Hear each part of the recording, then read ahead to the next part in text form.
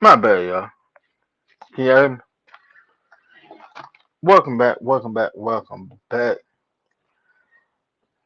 Uh, so we was having conversations earlier.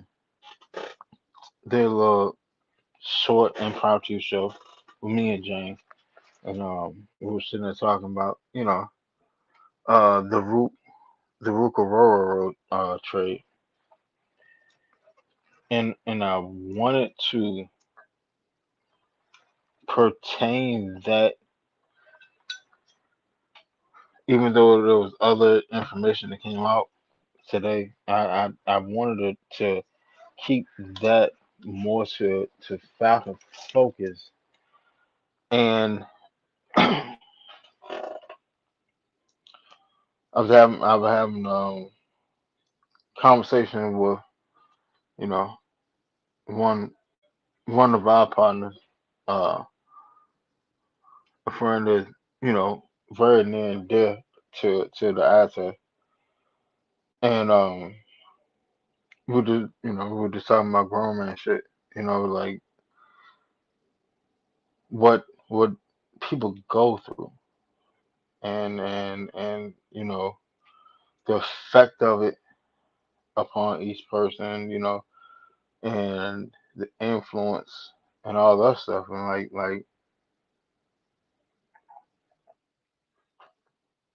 like, and it made me like, I've always wanted to get back into to the mental health aspect of the eye test, because if you're day one from the eye test, you've always seen us to then dabble in it.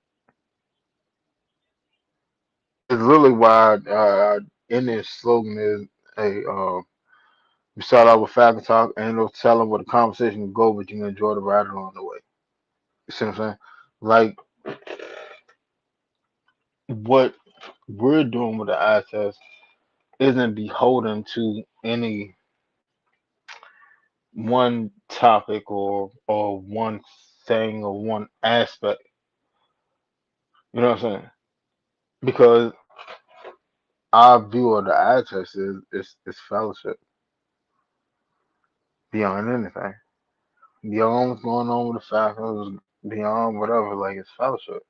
It is more of where we wanted to create a safe space where anyone and everyone can come in and talk and live in their truth. You see what I'm saying? And I apologize, me personally. I apologize because I had so many things that were going on in my life that I wasn't able to continue the mental health genre of our content the way that I wanted to. So I apologize for that. But, you know, it's Friday night. Everybody's off from work. Everybody, they either have one or they about to tip on one. What up, Clover? You know what I'm saying? Hell, I got one with me right now. You feel me? And what we gonna do? is we are going to just check in. Just check in. I feel us and I feel like our demographic for the show is predominantly black men. And us as black men,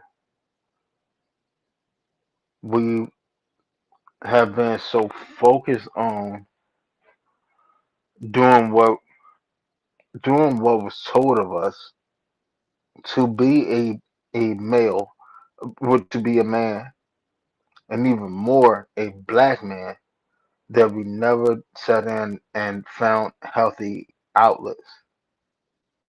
So we just bottle shit in, and then it comes out whatever dynamic it comes out in, and then where do we go from there? Christine, what's going on? How you doing? Good Friday to you. But what we've always tried to promote here on the access is inclusion and a safe space. Now, yeah. You've heard me go off on people, but I go off on people when I go off on people when the emotion get out of the way of logic pertaining to sports. To sports. Now, if you're going through something in life, like it's not to me to sit there and tell you, "Hey, well, you doing this wrong," or da da da da. Now, I can offer advice, but I can't go off on you because you know more intimate details of the situation than I do. I can't do that to you because at the end of the day, when we get off of this podcast, then you have to go back and live within that scenario. The only thing I can do is I can hear what you're sitting there saying and give you advice on it, how I would carry it, how I would move within that scenario, and wish you well and hope that it improves your quality of life.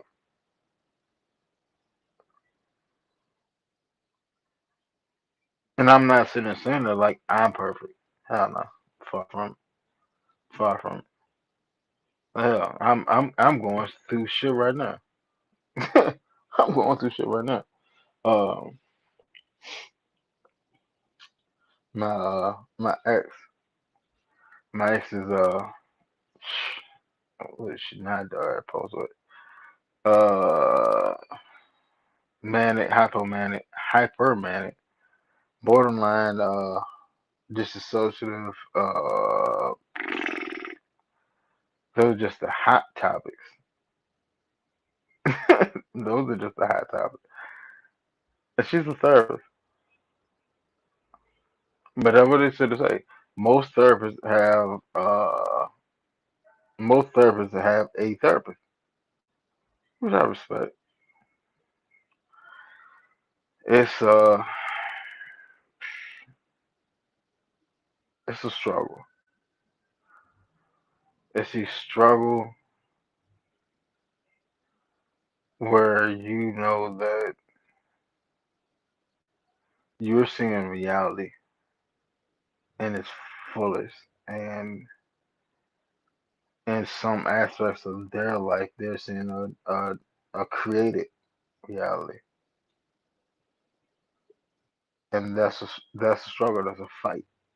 You know what I'm saying? Always will be. It will always be that. And that's what been stressing me out this week. You know, um, my job is doing well. You know, still doing solar in a good, very good space. With that, have no complaints there. Um, it's more to my mental stability, and I say that because of this. Like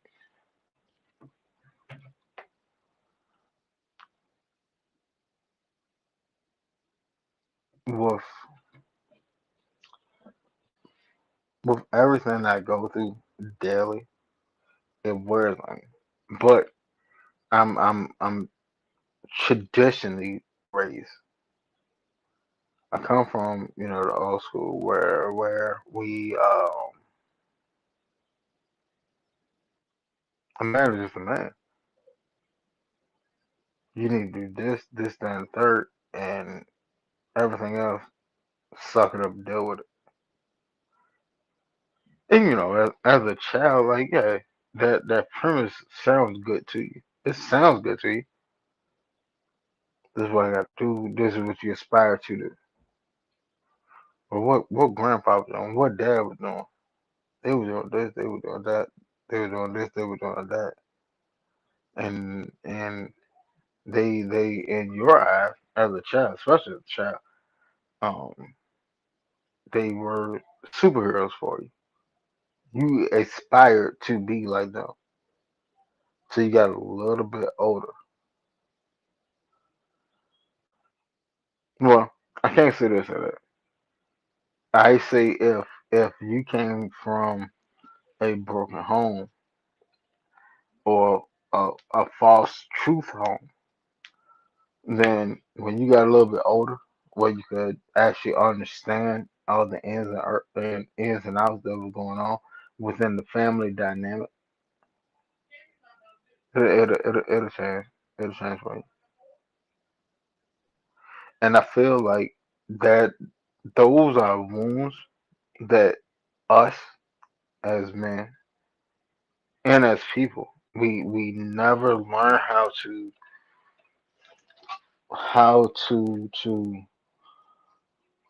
deliver ourselves out of that scenario. Like you can be a man and you figure out how to go make millions of dollars. You could. And even though millions of dollars should then afford you freedom, millions of dollars also afford you a lot of free time. But you're just sitting there trapped in your thoughts, sitting there thinking about everything. What's going on right now? What happened way back then? Millions of dollars can sit there digging in a hole mentally that pennies couldn't get you there. Well, pennies could get you the same hole. It's just different when you have millions of dollars because you got so many other things that's gravitating around you and that you're part of that you have to fix on your way out of the hole.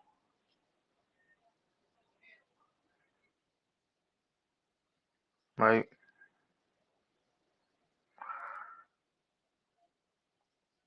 I go, I go to the James Fish scenario,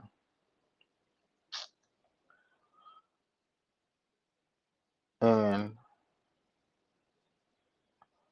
me personally, I sat there and said for a while, I was like, well, you know, um,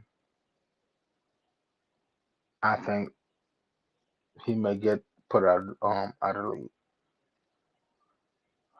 and then I was like, well, if he doesn't get put out of the league, well, he's gonna at least get about a 10 game suspension just off of um previous scenarios that sort of borderline um what he has going on.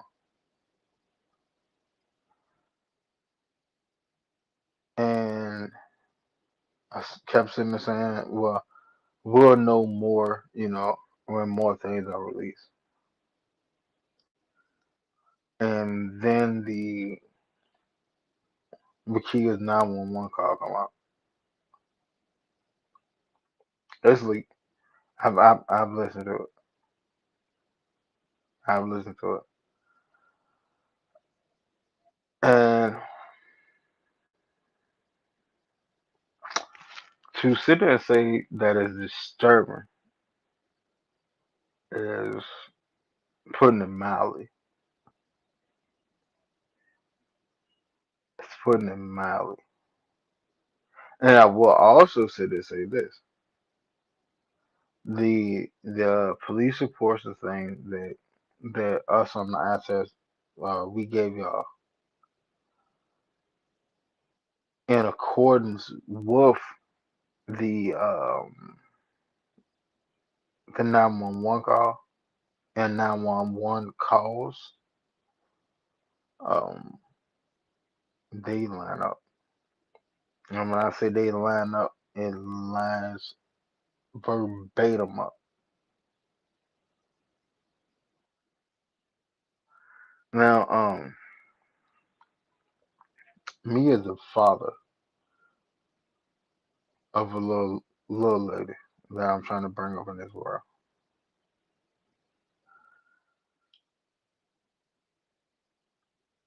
and for me to hear that about what's going on with somebody else's daughter,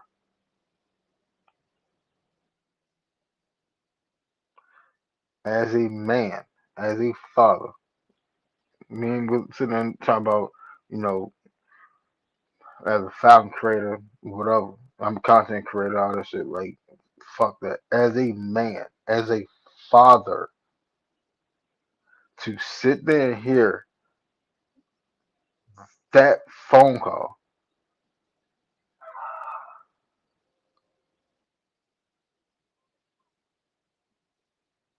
that shit broke me.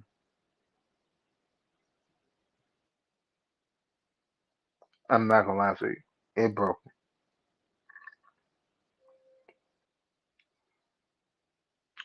The thought of my daughter being in that type of scenario and to sit there and hear her,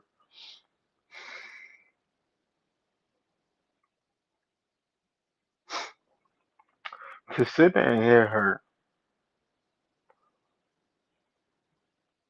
call out to the people that were supposed to protect her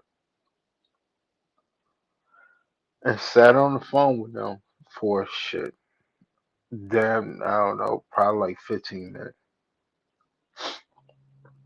And early in the conversation, she sat there and said, "Hey, look, uh, this motherfucker following me. This is getting out of hand. I need y'all help. I'm headed to y'all. He's following. He's trying to cut me off the road. This, that, the third. Blah, blah, blah, blah." And I want to say, to be honest, I want to say they went like 40 something blocks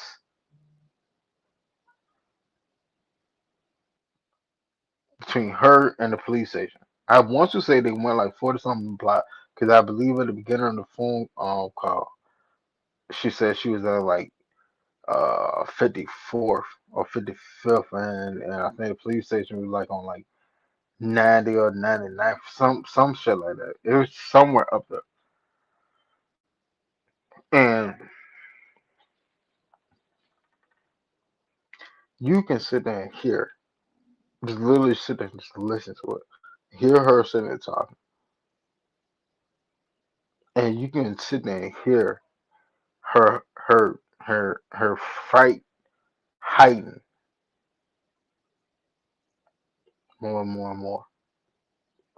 Now, here's something that a lot of people didn't pick up on that phone call. Almost at the beginning of the phone call, she said and said that they asked, "Well, do you see him with a weapon?" She's like, "What?" No, I don't think so, but I'm not sure if he doesn't. I do have a weapon. I have a gun. Alright. And you can see what you can't see, but you can hear how things keep escalating. While she's sitting there trying to drive down the road to get to this police station. And she sat there and told him like at one point she was like guys, get somebody here because I'm gonna shoot him. I'm going to shoot him. I don't know what else to do. I'm going to shoot him. You can hear the engine of his truck sitting there zonking behind her. Wah, wah, wah. Yeah, like you can hear it. Like this shit is sinister, to be honest. And that man scared that girl so damn badly that she literally missed the police station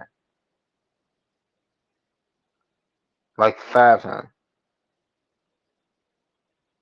It's literally like 4 or 5 times that she kept passing by the police station because she couldn't find the fucking turn because she told them in the beginning of the conversation, have officers outside. I need them outside. During the conversation, when she finally found the police station the first time, she finally found the police station the first time. She pulled up. He pulls up in front of her. He loops around and get in front of her, and that's when he hopped out to try to open her door. Mind you, all this shit is recorded on the call. All this is on the call, and she pulls off, shoot down the road. He hops back in the truck, shoot down the road again behind her. And she's sitting there saying, why was the gate not open? She kept sitting there telling them beforehand, open the gate. If y'all got a gate, open the gate. I need to pull in. They have officers outside. And she said, they said, why is the gate not open? Then there was a scenario where she had dropped the phone. She had dropped the phone or whatever. And I believe that's when she passed it on another phone line. But like the audio that I heard, was spliced together. Um, but she kept trying to get to the joint, kept trying to get to it, kept trying to get to it, and then she finally ended up. They ended up having the police out there, and she pulled up, and he shoots down the road, and that's where the video of him shooting down the road and stuff and whatever. That's where they come from. This happens after she gets to the station. Mind you, she's still on the phone with the dispatcher.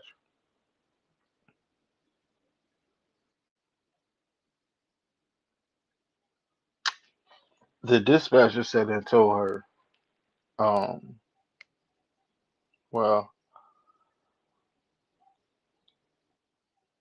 just come here. You'll be safe. We got you. And this woman rolled around and rolled around and rolled around and rolled around and rolled around looking for police help that was supposed to be outside and it wasn't there.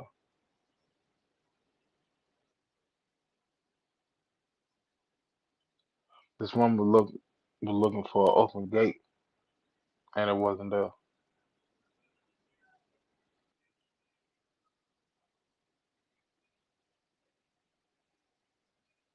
The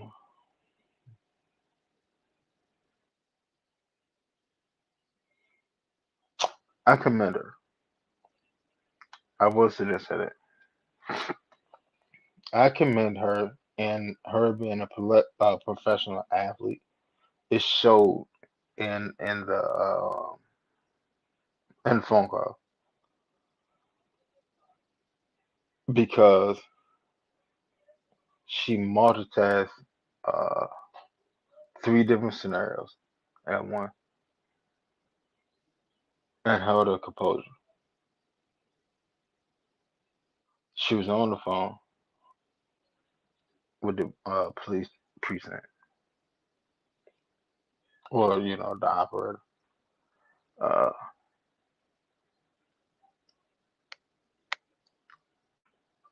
she was driving in a very high speed scenario for blocks. I ain't talking about one, two, three blocks. I'm talking about for blocks.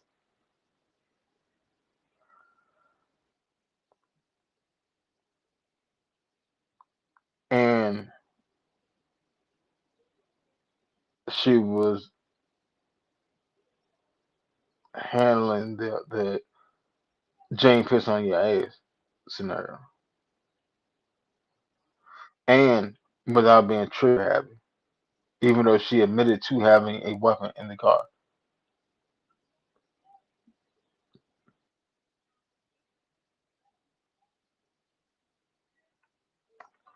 I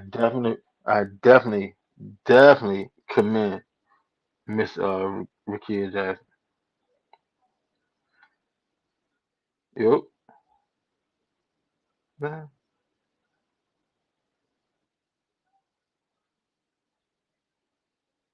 Hey, Tony. Hey, Tony. Drop out and come back in. I don't know why it won't let me add you to the screen.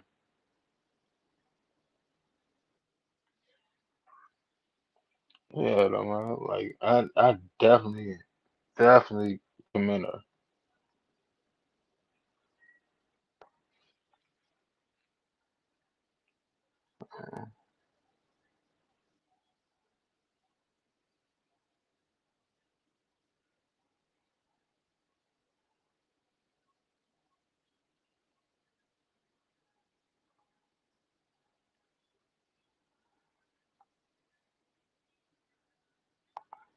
Like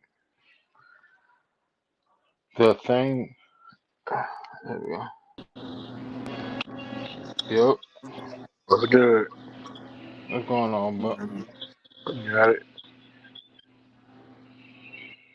man, I ain't doing shit. Sitting there.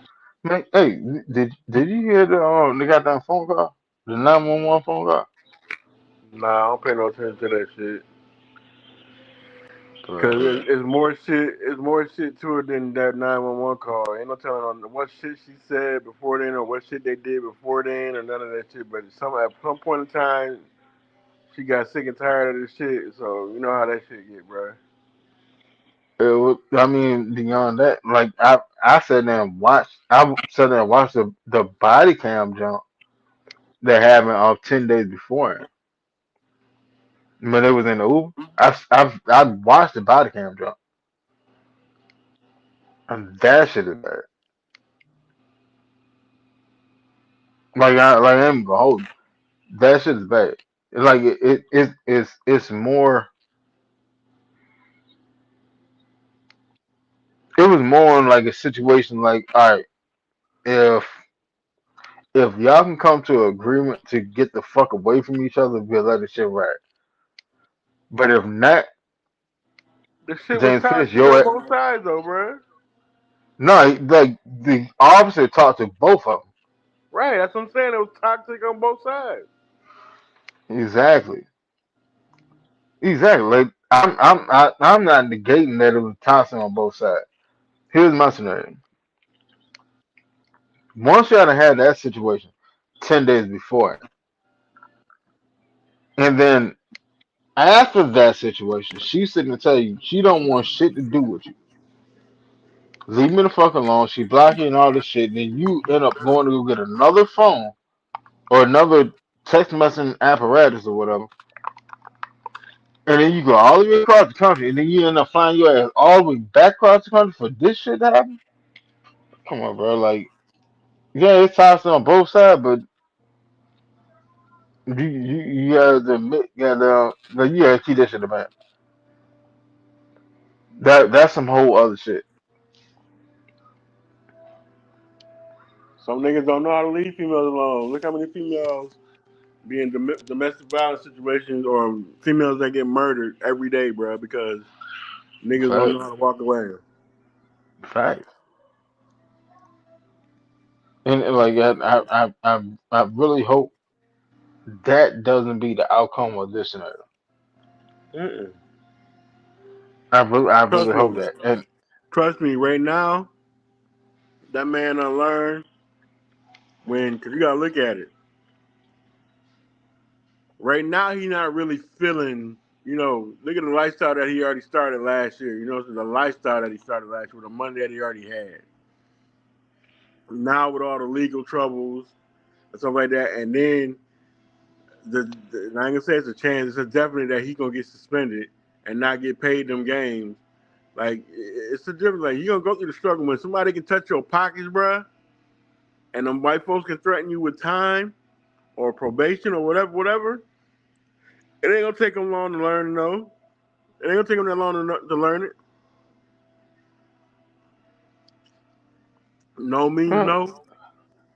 And well, when somebody fucking with your pockets like that, on top of that, yeah, that probably was his main thing right there. He probably thought like, okay, when he was in college, when he was in school, yeah, athletes get plenty. Excuse my language, but athletes get plenty of ass. You know what I'm saying? And then it be that one female, bruh. That one female that'll get you though. Be that one female. She go out there, she put that thing on his ass and got his nose wide open, and then him already having, whatever little mental issues he got and control issues he got, and compile it with, that, and then thinking that, okay, him thinking that, okay, at first that money probably was attractive to her. You see what I'm saying? I'm pretty sure he was spending bread on her. I'm sure of that. yeah. But I at the end mean, of the like, day, what did he get on his signing bonus? I think he got 3 mil on his signing bonus. So shit, he probably had after the signing bonus, he probably so two had mil. 1.5. No, no, no, because you got to pay all your taxes and shit. So he probably had probably around like 1.5, 1.7 at the best, at the best. But at the Yeah. same time, he came up during the NIL era too though. So he still got college money too. Right. That's what I'm saying. So all in all, he definitely had way more money than she had. That's a definite.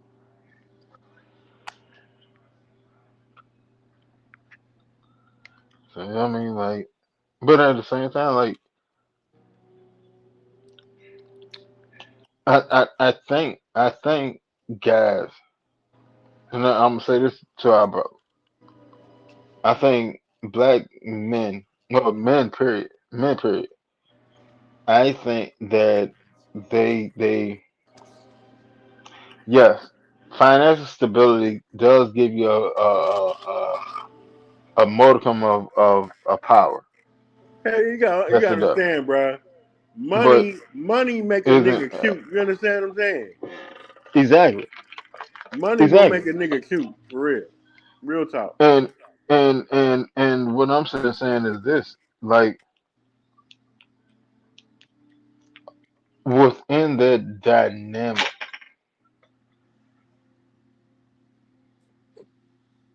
I think James was in a scenario like when he was growing up, he wasn't highly favored outside his athletic talent, Yeah, and remember I then said that in the group? yeah, you know what, you did sit there and say that shit. I'm gonna give you your props, what props to do. You definitely said that shit, but Same thing go with his mentors and stuff like that. Like a lot of people feel like, oh, that man had mentors growing up. Don't confuse a coach with a mentor. two entirely different things. See, people Two people fail to entirely realize different that things. when people realize that one, you have like physical gifts, and him being the athlete that he is, and then on top of that, once they knew he was like, oh, there's a potential that you can go pro. Like once people get behind that, bro, yeah, people gonna push you and try to get buddy buddy with you. But at the end of the day, are they really taking your best interest and telling you like whoever came to that man and told him like I remember when uh what's the damn I can't think of his name right now. Who the Who? defensive end that played for the Falcons? Like the Which sack one? leader dude. Vic Beasley? Huh? Vic Beasley? No, not Vic Beasley. John Abraham? Yeah, John Abraham. John Abraham said when he seen him, he said that he wished he would have sat him down and talked to Yeah, him he because damn he sure could know tell that. that that man was like he all. John Abraham said when he looked at him, he was like all balled up. You know what I'm saying? Like Hmm. kept to himself a lot and shit like that, and stayed in his head a lot. He said he wished he would have sat down and talked to him then. Yeah, because he This is said he after the spoke with him. fact. He Yeah, he's but he talked to him before, and he said he spoke with him and stuff, and shot the shit with him, but he didn't actually isolate and had Right, conversation with him, right. But that's what he said he and wished he would and have talked to him about and stuff he like wish he that. had talked to him. And like, here's the thing though, like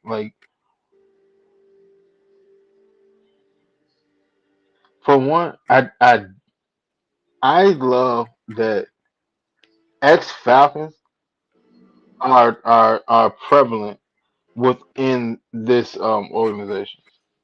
I do Right, love because that. they can tell them all the do's and the don'ts and how women gonna come at them and just period. But see, that should be a class period. Like once you Hmm. like when it come down to like the draft and the combine and all of this stuff right there, they should have a class specifically catered to that. As To it let should. these boys and I'm talking about they say they do have But I one. mean, they do. But like, I mean, like, all right, how in depth can you go?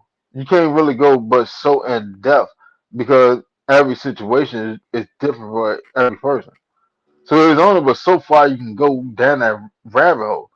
But what should end up happening is there should be open lines of communication where the motherfuckers sit there and they can tap in. Yeah, but when Hey, you got like look, or somebody like James Pierce Jr., bro, acting I on the met a spur of the son. moment, bro. I guarantee, like when he was on that whole thing, like when he was out in Cali at the Oh, he was awards, already and up. then between him He going was to already up Florida, I when he guarantee got he didn't talk to when he got to nobody and college. concentrate on nobody but that girl Rakia, bro.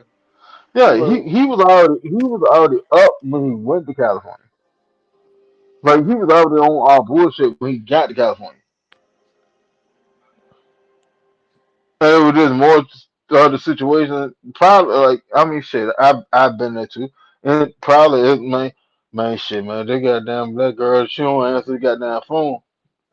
Answer could if in his mind his justification on the situation would probably was that uh I'm nominated for this award that and I want to share this moment with her. And I'm gonna call her after this shit because I know she's not coming to it. But I'm gonna call her after this shit.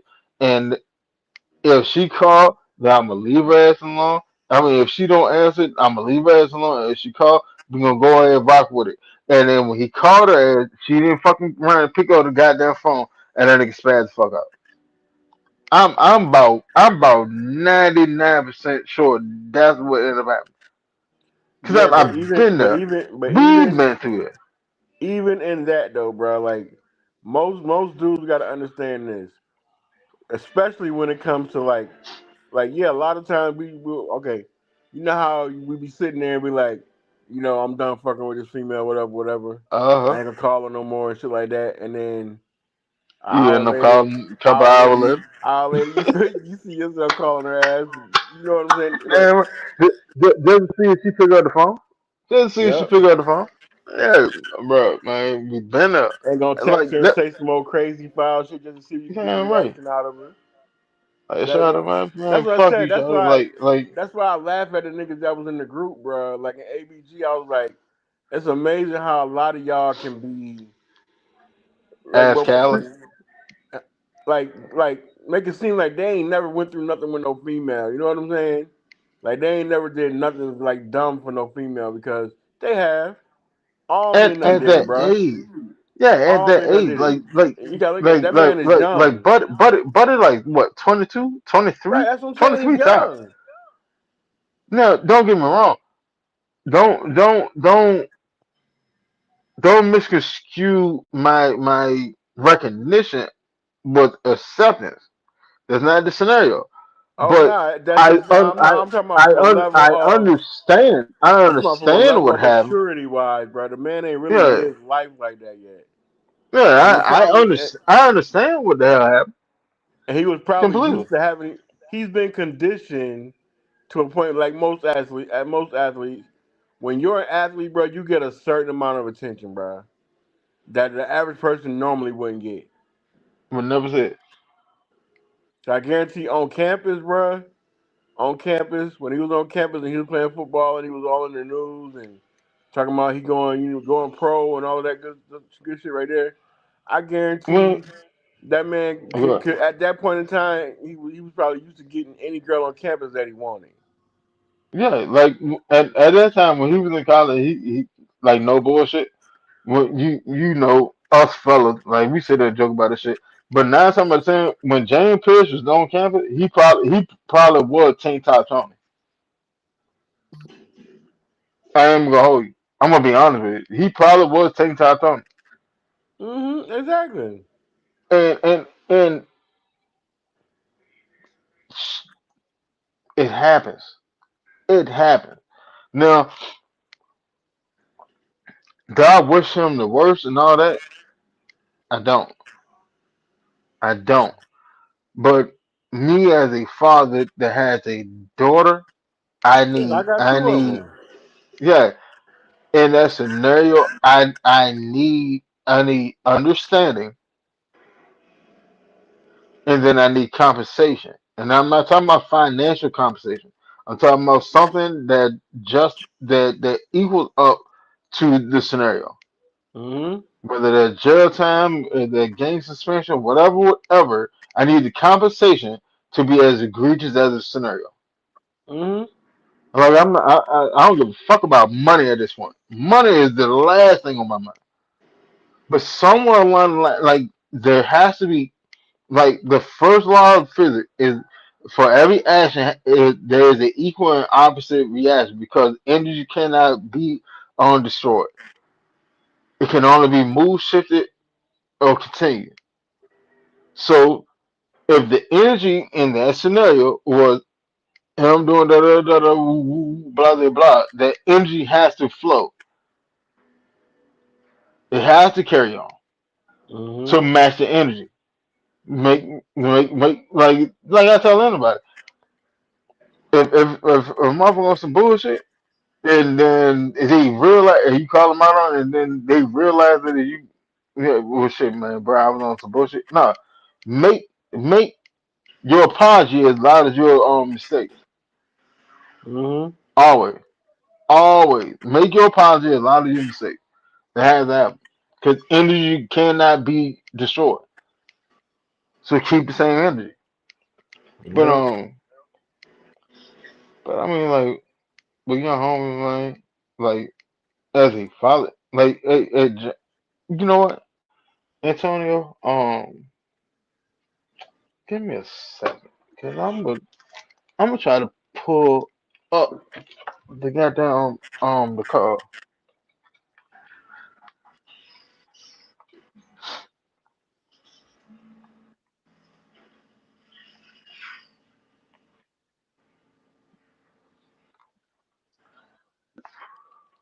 Hold on,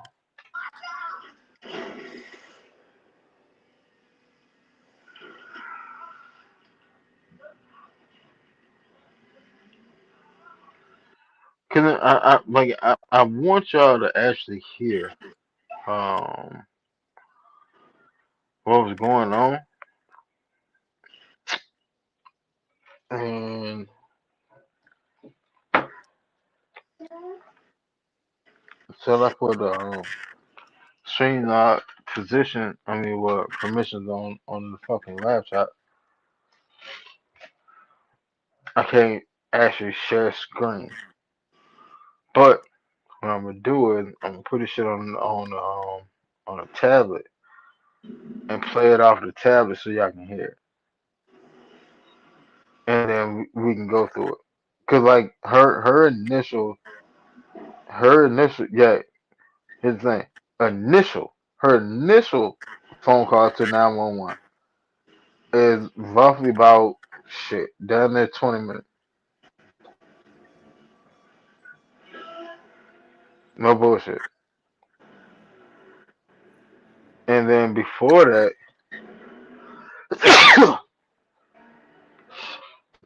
uh, before that, there's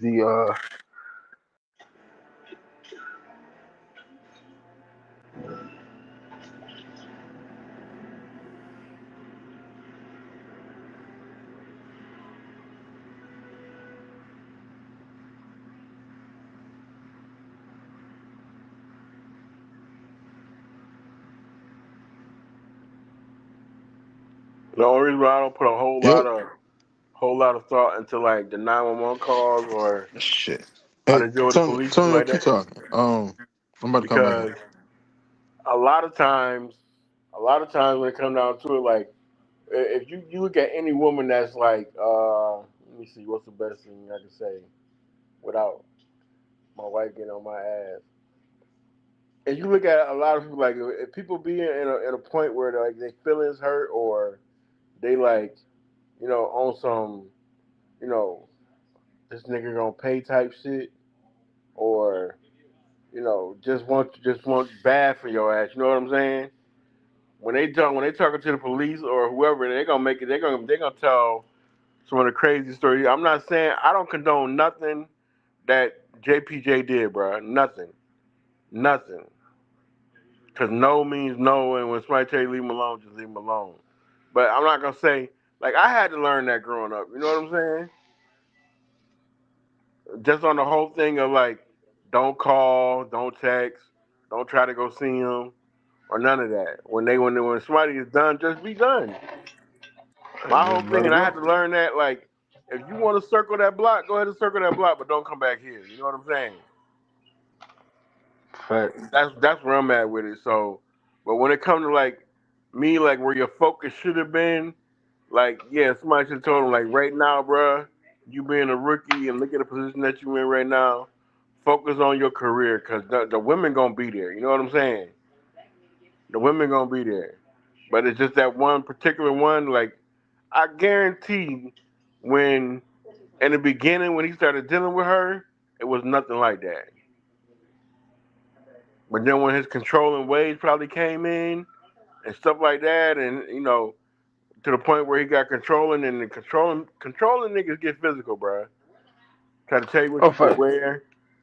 Try to start putting their hands on you, stuff like that. And then me coming from, I watched my mom go through abusive relationships, and I'm talking about like, I know me being a son.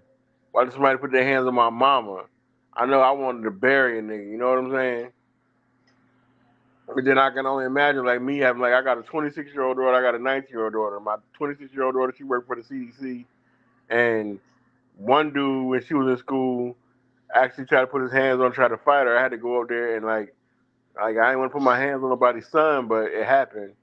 And I got to tell my 19-year-old daughter like she's a sophomore in college, she finna be a physical therapist. It's like you know don't make smart decisions. Don't let nobody put their hands on you. You know somebody that like learn to recognize the signs and know when to walk away. And don't be afraid to tell somebody what you're going through. Cause you'll fuck around and like so many dudes out here, bro, you'll fuck around and get missing, be dead, be laying on the side of the road. Cause a lot of dudes out here like, Don't nobody know shit. yeah, don't nobody know shit. But it's a lot of dudes out here like a lot of dudes don't know when to say no, don't know how to let go and walk away. Or they don't watch they watch like other men and they growing up thinking like that was how you supposed to handle women and stuff like that. And no, it's not. You're not supposed to get physical with a woman. You're not supposed to put your hands on a woman. None of that. Cause I know one thing, and somebody ever did it, like when people get it twisted when we talk about, nobody is making excuses for James Pierce Jr. Nobody. Nobody's condoning what he did. Nobody. It's just as simple as if it was my daughter, yeah, it's gonna be problems. But at the end of the day, even after like I'm man enough to go and talk to that young man and be like, look, I understand you went about this shit the wrong way, but it's my daughter, so yeah, them feelings that me want to put my hands on you and get in your ass, yeah, it's gonna be there. But I'm also man enough to sit him down and talk to him and let him know, man to man, or man to young man, like it's certain issues, bro. Like when you dealing with women, hey, this is how you need to handle yourself. Yeah, let me have like you know that like when you dealing with a woman that's in my sector, this how the fuck you need to handle yourself. And then like and that's not me valuing any woman over any woman that's in my life. It's not that. That's me sitting there explaining to him what my reaction is going to be in that scenario. Hmm. So Like if you I can can, sit back, I can look at the women in my life, like okay, I can look at my mom. My mom a chemical engineer, retired. My sister, she a nurse practitioner. My niece, you see my niece, she just graduated from pharmacy school. Just graduated from pharmacy school. My other niece, she own a business and she own a news. She a news anchor. Okay. My oldest daughter, she worked for the center for the CDC. My other daughter, like we promote strong women in our family. Go to as you college, get your should. education, and do all that good stuff. But at the same time, they had to watch everything that my mom went through. You see what I'm saying? Everything that my mom went through. That's why they as strong as they are because they watched my mom. Like my mom used to get her ass whooped, bruh. Like whooped to the point I when from the time I was like 7 till I was 15, bro. I had to fight a grown ass man. You know what I'm saying? Like literally, like fight a grown ass man. Like literally, I don't put a gun in this nigga mouth and had to like had to do some things because like no man is gonna sit back and watch his mom and watch a man put his hands on his mom and think like you know I don't care if it was like it wasn't my blood father like even if it was but even if my blood daddy nigga like me and you gonna have problems. Shit, you think that? I mean, if I can't square up with you, oh, best believe I'm gonna catch her. Sooner or later, I'm gonna catch you. Yeah, like we used to be like Cause either you take this L now, or goddamn sleeping wide open. That's the best I can tell you. That mhm. like in all on my children, I promise you, you better sleep with one eye open.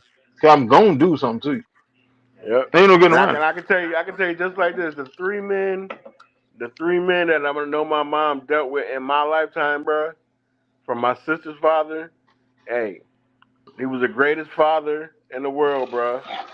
Greatest father in the world until he got hooked on drugs. That shit started with the weed, and that shit started with the cocaine, and that shit started with from cocaine to the crack, and then the crack into the heroin and shit. And then give my mom his paycheck on a Friday, bruh. He And keep that like nigga a gone. hundred dollars in his pocket for the week. And shit, if he couldn't get you, like he go out on a Friday night, spend all that money on a Friday night, come back home. Hey, I need some of that money back. If he couldn't get the money out of her, he was gonna get it out of her ass. You know what I'm saying? Hmm. And so watched him go through all of that, and then my mom caught, catching him ass whoopings and growing up around that shit to the point even where he was trying to kill my mom. And like literally, like the same nigga that taught you how to fish and hunt and all that good shit and how to do construction and all that shit right there. And watch that shit go from that to I'm about to kill this nigga. You know what I'm saying? To watch it go to that extent, and it's like people don't realize like shit can go from sugar to shit real quick in certain circumstances, bro. Man, shit can go from sugar to shit in any circumstance. Right. And that's what people fail to understand it. Like people, a lot of people have got this false notion that, well, if you got millions of dollars, that you don't have issues in life. Dead, dead. Mm-hmm. Like even all right. If I have millions of dollars, the only thing that's sitting and change is the bed that I wake up in, the house that I wake up in, the toilet that I piss in, and the car that I drive. Right. That's like now Like with like me having the knowledge that I have now, like there's a totally different way. Like 25-year-old me and almost 55-year-old me, two totally different thinkers, bro. Like right now, I sit back like if I could tell them boys anything with the money, especially like with the money that they have, there's no way in hell that I'm gonna ever get caught with no, I'll never get no DUI ever. Never gonna get no DUI. I'll never be put in a situation where it's gonna be me and a woman and that shit get physical or none of that. None of that should have ever happened. At 55, at 52-year-old me could pass that along to them, where they would stick and let them know like it ain't just me, bro. It's just a man. Period. hell, No like black, no white, just a man. Period. if This is how you need to conduct if yourself. I could have passed that information down to me when I was 18, I wouldn't have the legal situation that I'm Hell going through yeah, now exactly. at 39. You I think got about 40 that shit UIs. now, like ain't no way in the But hell, like, I caught all of them motherfuckers before I was goddamn 24. yep. Like ain't no way in the hell, like, And I'm still fighting this shit now. right? Like I say, hindsight is 2020. Like That motherfucker people are trying 2020, to, that bitch 2020 with metal glasses, looking through a goddamn telescope, they're looking through a right? goddamn magnifying glass. Like Like all the hindsight shit that when is people try to tell legit you, like like, that. when them old heads was trying to tell us that shit when we was younger, and we like, oh, the nigga don't know what he talking about. That ain't me. I ain't gonna do no shit like that. But then here it is. You find yourself in a situation doing the very shit you said you wouldn't do. You know what I'm saying? Facts.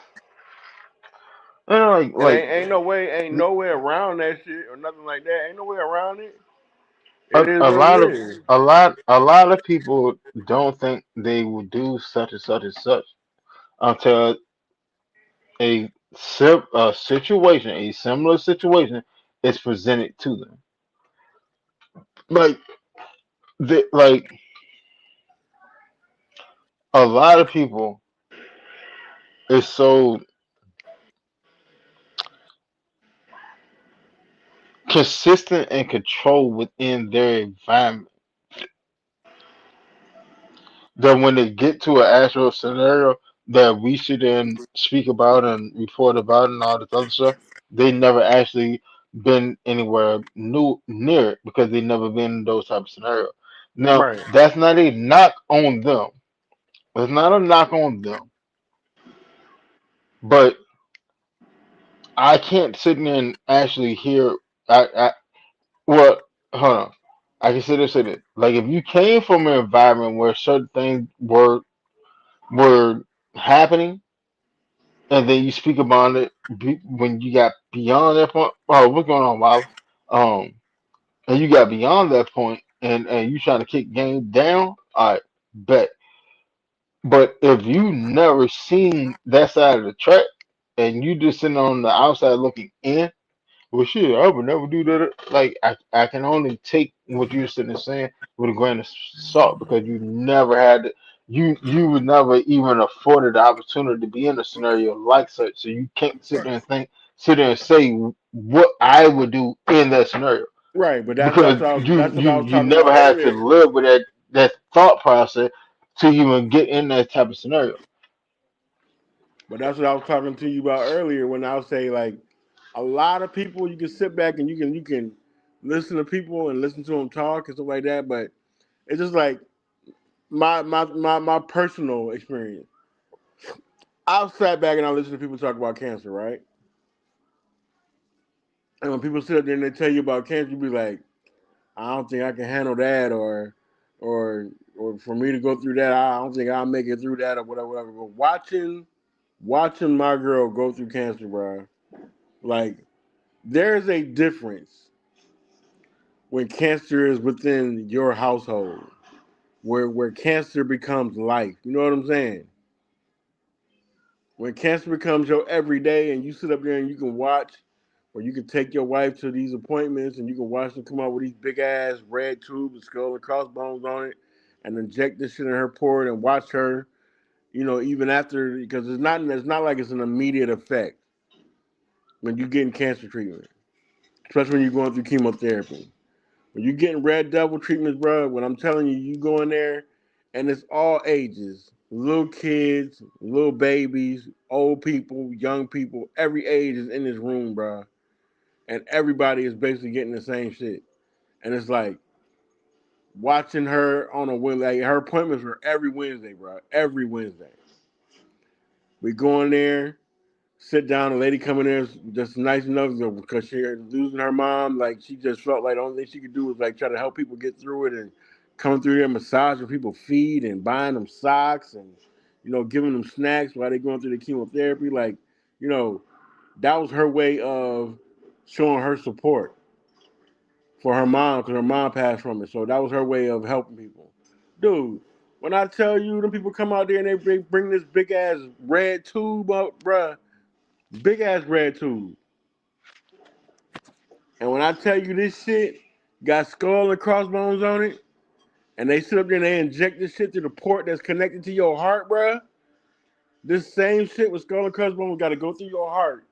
So when it go through your right atrium and it go through your lungs, and where it pick up where blood pick up oxygen in your lungs, because that's the first place it goes. From your heart straight into your lungs, and then that's how it goes to the rest of the body. Watching her on a Wednesday, okay, she fine. Watching her on a Thursday, okay, she getting a little tired. Come Friday, bruh, she not getting out of bed. She is done. There's no walking. There's no getting out of bed. There's no help me to the bathroom to piss, bruh. And watching that shit knock her on her ass from Friday till about Monday morning. Council mother. And then here it is Monday morning going into Tuesday. She finally up again, walking around again. And then here it is Tuesday afternoon. She walking around feeling like, okay, I'm better. Just to start that shit right back over on Wednesday. Mm-hmm. And watch her do this shit for 14 weeks straight. Uh, 14 weeks Shit. straight. And you go from that, and now you got to go through from the red devil treatments. Then it's another form of chemo that you got to take. Is more pills that they inject this shit in your heart. And watching her go from that. But see, the thing about it is with my wife, it was like the shit was so crazy that, like, you gotta understand, like, she a doctor, physical therapist, she work out, she'll run 2, 3, 4 miles a day, or get on a bike and ride 5, 6 miles, and come back to the house or go to the office, and she get on her exercise bike, and she worked out, bruh. She was in shape. But when you can't walk up a flight of stairs like the same flight of stairs that we walk up our door and go in our bedroom every day, she couldn't walk up the stairs no more without being out of breath. She knew something was wrong. And then her being a doctor, she was looking at her own charts and seeing that, okay, this says this says that. Then why am I feeling that way? Because this is not normal. I know something's wrong. So when we went back and we went to go see her oncologist, like, look, something is wrong. She said, y'all need to give me an echo because she said something is not right. So he was like, no, it's just the switch up from the chemo, from the red devil treatment to the new treatment that we're doing on you right now. And they told her from the beginning that they was gonna be aggressive because she was young, she was in shape, you know what I'm saying?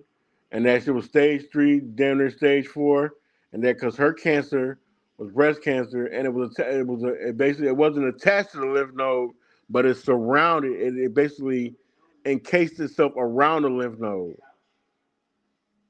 Because once if cancer attaches itself to your lymphatic system, that's how cancer goes through every part of your body. You can get cancer in your leg, bone cancer, Oh pancreas, yeah, stomach, 'cause chest, it's gonna brain. accelerate the spread. Yeah, you can It's get gonna cancer shoot it. everywhere in your Yeah, body, it's gonna bro. shoot it.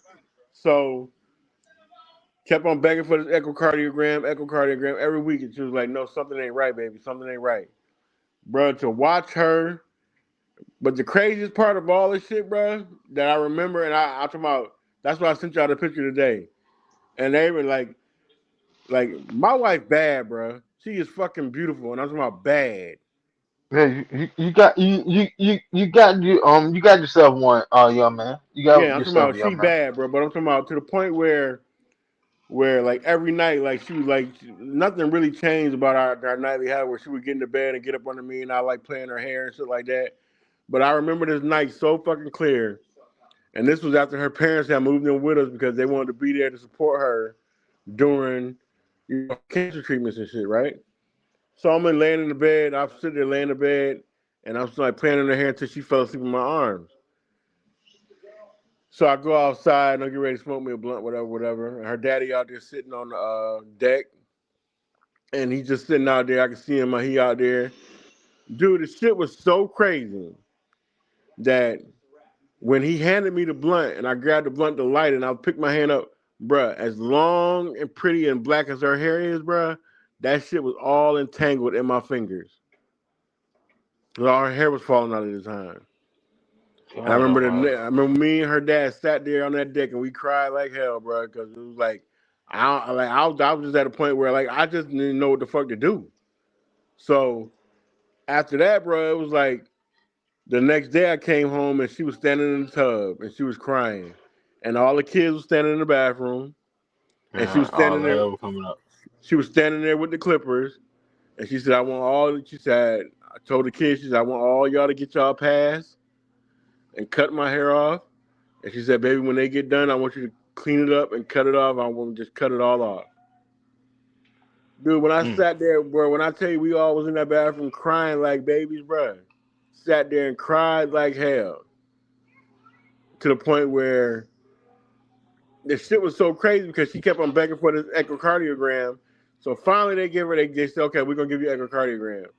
So I knew I had an inspection going on that morning. I had to be at work, but where I worked at one, but like 15 minutes away from where she had to go, from where she was getting her chemo done at, and where they did the echocardiogram. I remember when she called me, she was like, "Baby, you need to get here right now." I was like, "What's wrong? What's wrong?" She said, "Get here right now." I was like, "Okay, I'm on my way." She said, when I got there, bruh, the nurses basically told me, she said, don't let her sneeze, don't let her cough, no sudden movements or nothing. Dude, do you not know when they showed me this echocardiogram video, and I'm going to post it in the group. When I tell you, when they show her right atrium in her heart, bruh, where all the blood go through and before it goes through, where it goes to your lungs, and the bottom, like right before where her port is, you can see where the port is in her heart. This is where they inject her chemo through. And on the end of the port in her heart, you can see it. Like the blood clots was building up on the end of this port. And Damn. once they got big enough, they would They're drop. clogging the port up. They would drop into her heart. But where it was like a hill that they had to climb, you could see them in there just tumbling around, bro. Shit just tumbling around. This was They got little a little pieces. snowball and shit. It was like little pieces, bro. The shit looked like little pieces of steak, bro. This is how crazy this shit Fuck. was. Little piece. You ever get the little look like cubes, like the little pieces of steak Yeah, at the yeah, yeah. store, bro? When they went to her, I ain't gonna. I'm gonna tell the whole story. But when I tell you, I was watching this shit. I was like, they was like, this is why she don't need to sneeze. Cause if any of the pieces was to go in there and into her lungs, she Her would have a line. pulmonary embolism and Mm-hmm. she would die. She would basically like suffocate from the inside. Fuck. So they said, well, we got to get her into surgery. So they put her in an ambulance and we drove to Cooper in Philadelphia. We get to Cooper, bruh. They transferred an ambulance from damn near Atlantic City all the way to Cooper. Well, Camden rather. When I tell you, brother, I went home, got clothes because the kids was up there, her parents was up there. I went home and got clothes for everybody. She said, baby, you might as well go ahead and stay tonight, stay at home and come up here in the morning and be up here by 8 o'clock because you've been back and forth on the road. This is her talking to me.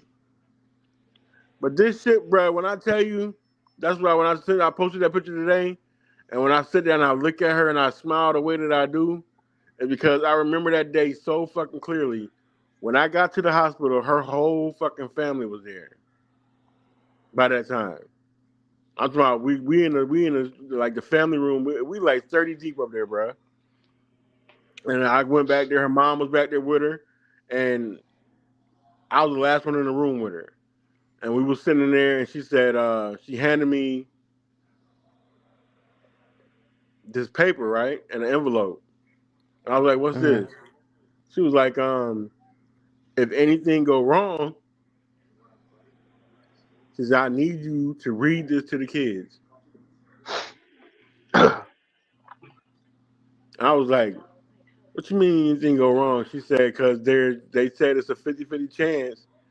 Because basically what they're going to do, they're going to cut her open, split her rib cage, they're going to take her heart out and lay it on her chest and put her on life support.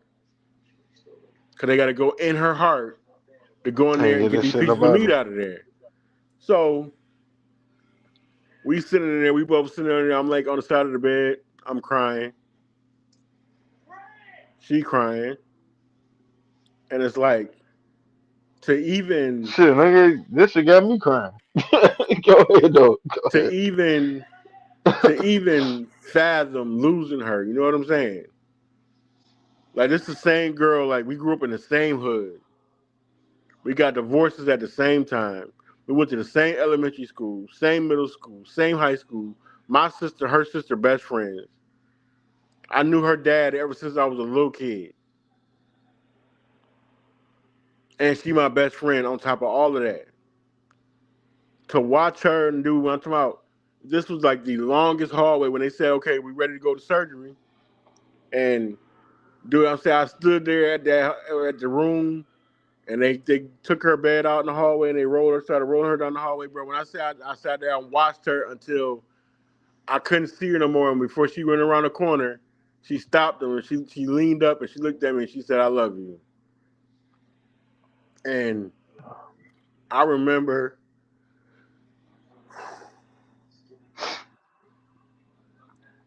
feeling so fucking dead inside, bro. Felt helpless. Going into that waiting room and seeing her whole family and seeing our kids sitting there and they was crying, mama and daddy crying, aunties, uncles, cousins, everybody in there crying. It's supposed to be an 8 to 9 hour surgery. And I remember when me and her dad was standing there and we got on the elevator because he wanted to go outside and smoke a cigarette. So we go outside, we smoke a cigarette. But while we was on the elevator, I was sitting there like he crying, I'm still crying.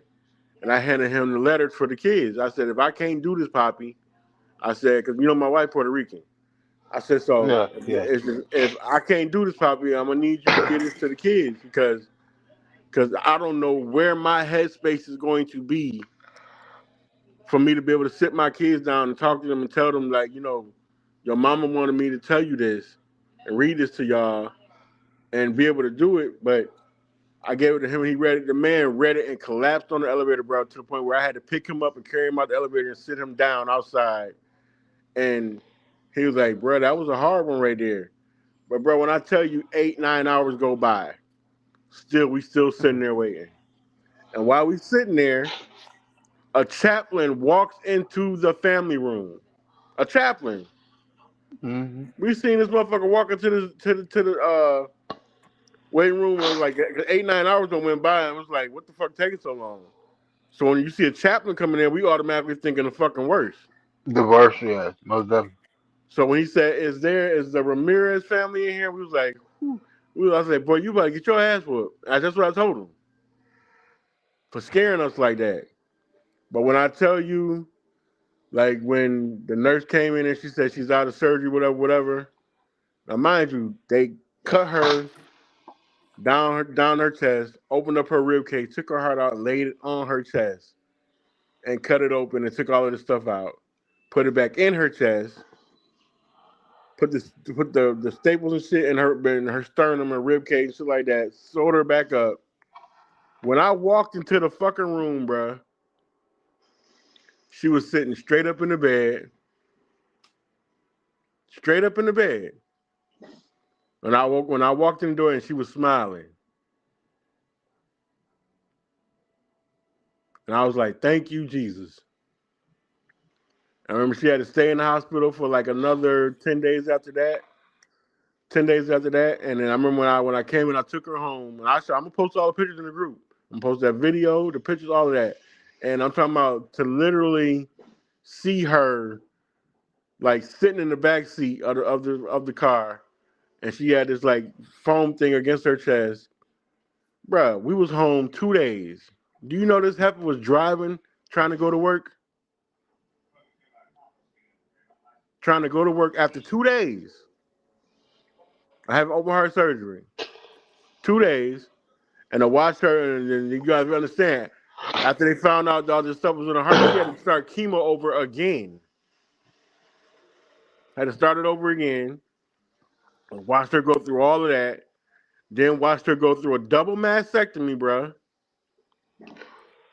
Double mastectomy. She was like, babe, she was like, I know you like titties, but she said, these got to go because I'm never going to go through this again. I was like, baby, I ain't got no problem with it. As long as you here, I don't give a fuck. That's all I cared about, bro. That's all I cared about. As long as you here, that's all I care about. I can do without some titties. You know what I'm saying? All right. And watched her go through a double mastectomy. And then after that, she had to go through 14 weeks of radiation. And when I tell you that was probably like out of all the stuff that went on between the chemo, the open heart surgery, back to chemo, and then going from chemo to a double mastectomy, and then going to a radiation. Bro, when I tell you the radiation part was probably like the hardest part of it all, because when I say they barbecued my baby, bro, they cooked the shit out of her. And you know when you get chemo, when you get radiation done, the same mark that's on the front is on the back. That's where they put them pointers on there, where that machine hit them certain points and cook that shit. That same, bruh, putting cream on her every day and then watching her wanting to just give up and like, baby, like fuck that, I'm done. I can't do this no more. Like, and watching her and having our little prayer circle and shit like that, but watching her go through all of that, bruh. And then if you look at her now, Come on now. if Want you to look do it? at her now, Want to do it? and that's why I told y'all in the group, but God. Because you look at her now, strong as fuck, a true survivor, a real fighter, and to go through all of that shit, bro. I remember when it got to a point where I couldn't even, as pretty as she is, bro. I remember I couldn't even tell her she was beautiful no more. Like, baby, Why you not? beautiful. She didn't want to hear that shit no more because she didn't feel like a woman no She more want because yeah, she lost her breast. yeah, I feel you. She got tired of people asking her how she was doing. Like, it got to the point where she would respond, "How the fuck do you think I'm doing?" And that wasn't even her. They'd be like, "Hey, how you doing, Dr. Nieves?" Whatever. She didn't want to hear shit from nobody. To the point where, like, my kids was in therapy because they had to watch their mama damn near lose their mama. You know what I'm saying? And watch her go from, that 125, 130 pounds down to like under a buck. You know what I'm saying? Losing Mm-hmm. all her hair, and then watching her go through that whole shit, the scars. Like I remember the first time, like, so she came and she was like, "Baby, I want you to take all the mirrors out of our bedroom," because she didn't want to look at herself.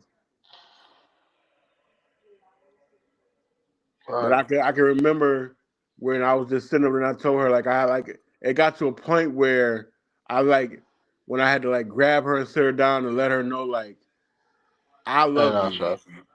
You the You know what I'm most saying? beautiful thing regardless of going on. Exactly. I love you. I know it's been hard. It's been hard on everybody though. Cause she was snapping on me, the kids, her parents, everybody, because the shit had really changed her. You know what I'm saying? Yeah, But I she was losing a expected piece that. of herself. I expected that. But throughout all this, like people have realized, like, I would always get, well, how Michelle doing? Like, Bro, do you not realize I'm working, still owning a construction company? We got to practice. You got to pay bills on the practice, bills at home. You know what I'm saying? I'm working my ass off and dealing with the kids and dealing with, work, and then during throughout this whole process, bro. Her daddy fucking around and have a stroke. Mama goddamn falling down the stairs and flooding the goddamn house out and shit. Like, I'm dealing with so much shit at home and then working on top of that. Like, I'm leaving appointments going to work. You know what I'm saying? Getting home, getting and this how foul the shit got. I'm getting home because I'm going to appointments at 9, 10 o'clock in the morning. Not get back home to 12, 1 o'clock, and then going to work, trying to be productive, not getting back home till 9, 10 o'clock. So her mom takes it upon herself, he might be at his bitch house. You see how foul you see how foul the shit is? I know good goddamn well she come out of her mouth saying no Yeah, she dumbass shit did. like that. Came out of her mouth and said, yo, he probably at his bitch house. This is what you tell your daughter while she going through the healing process and going through chemo and double mastectomy and radiation. So now I'm coming home to, you must have been at your girlfriend's house. Like, where you even getting that shit from? I've been at work. How the fuck you think these bills and shit around here getting paid and shit like that? Because one thing about it, like bills don't give a fuck about what you're going through. Hell no. That shit The is not bitches do not discriminate. stop. I got one for you. You that shit like Oprah. You Right, get them one, bitches do you not get stop, one, you bruh. get one, you get one. All of y'all get one. Hell yeah, that shit That's what does I tell not people. stop.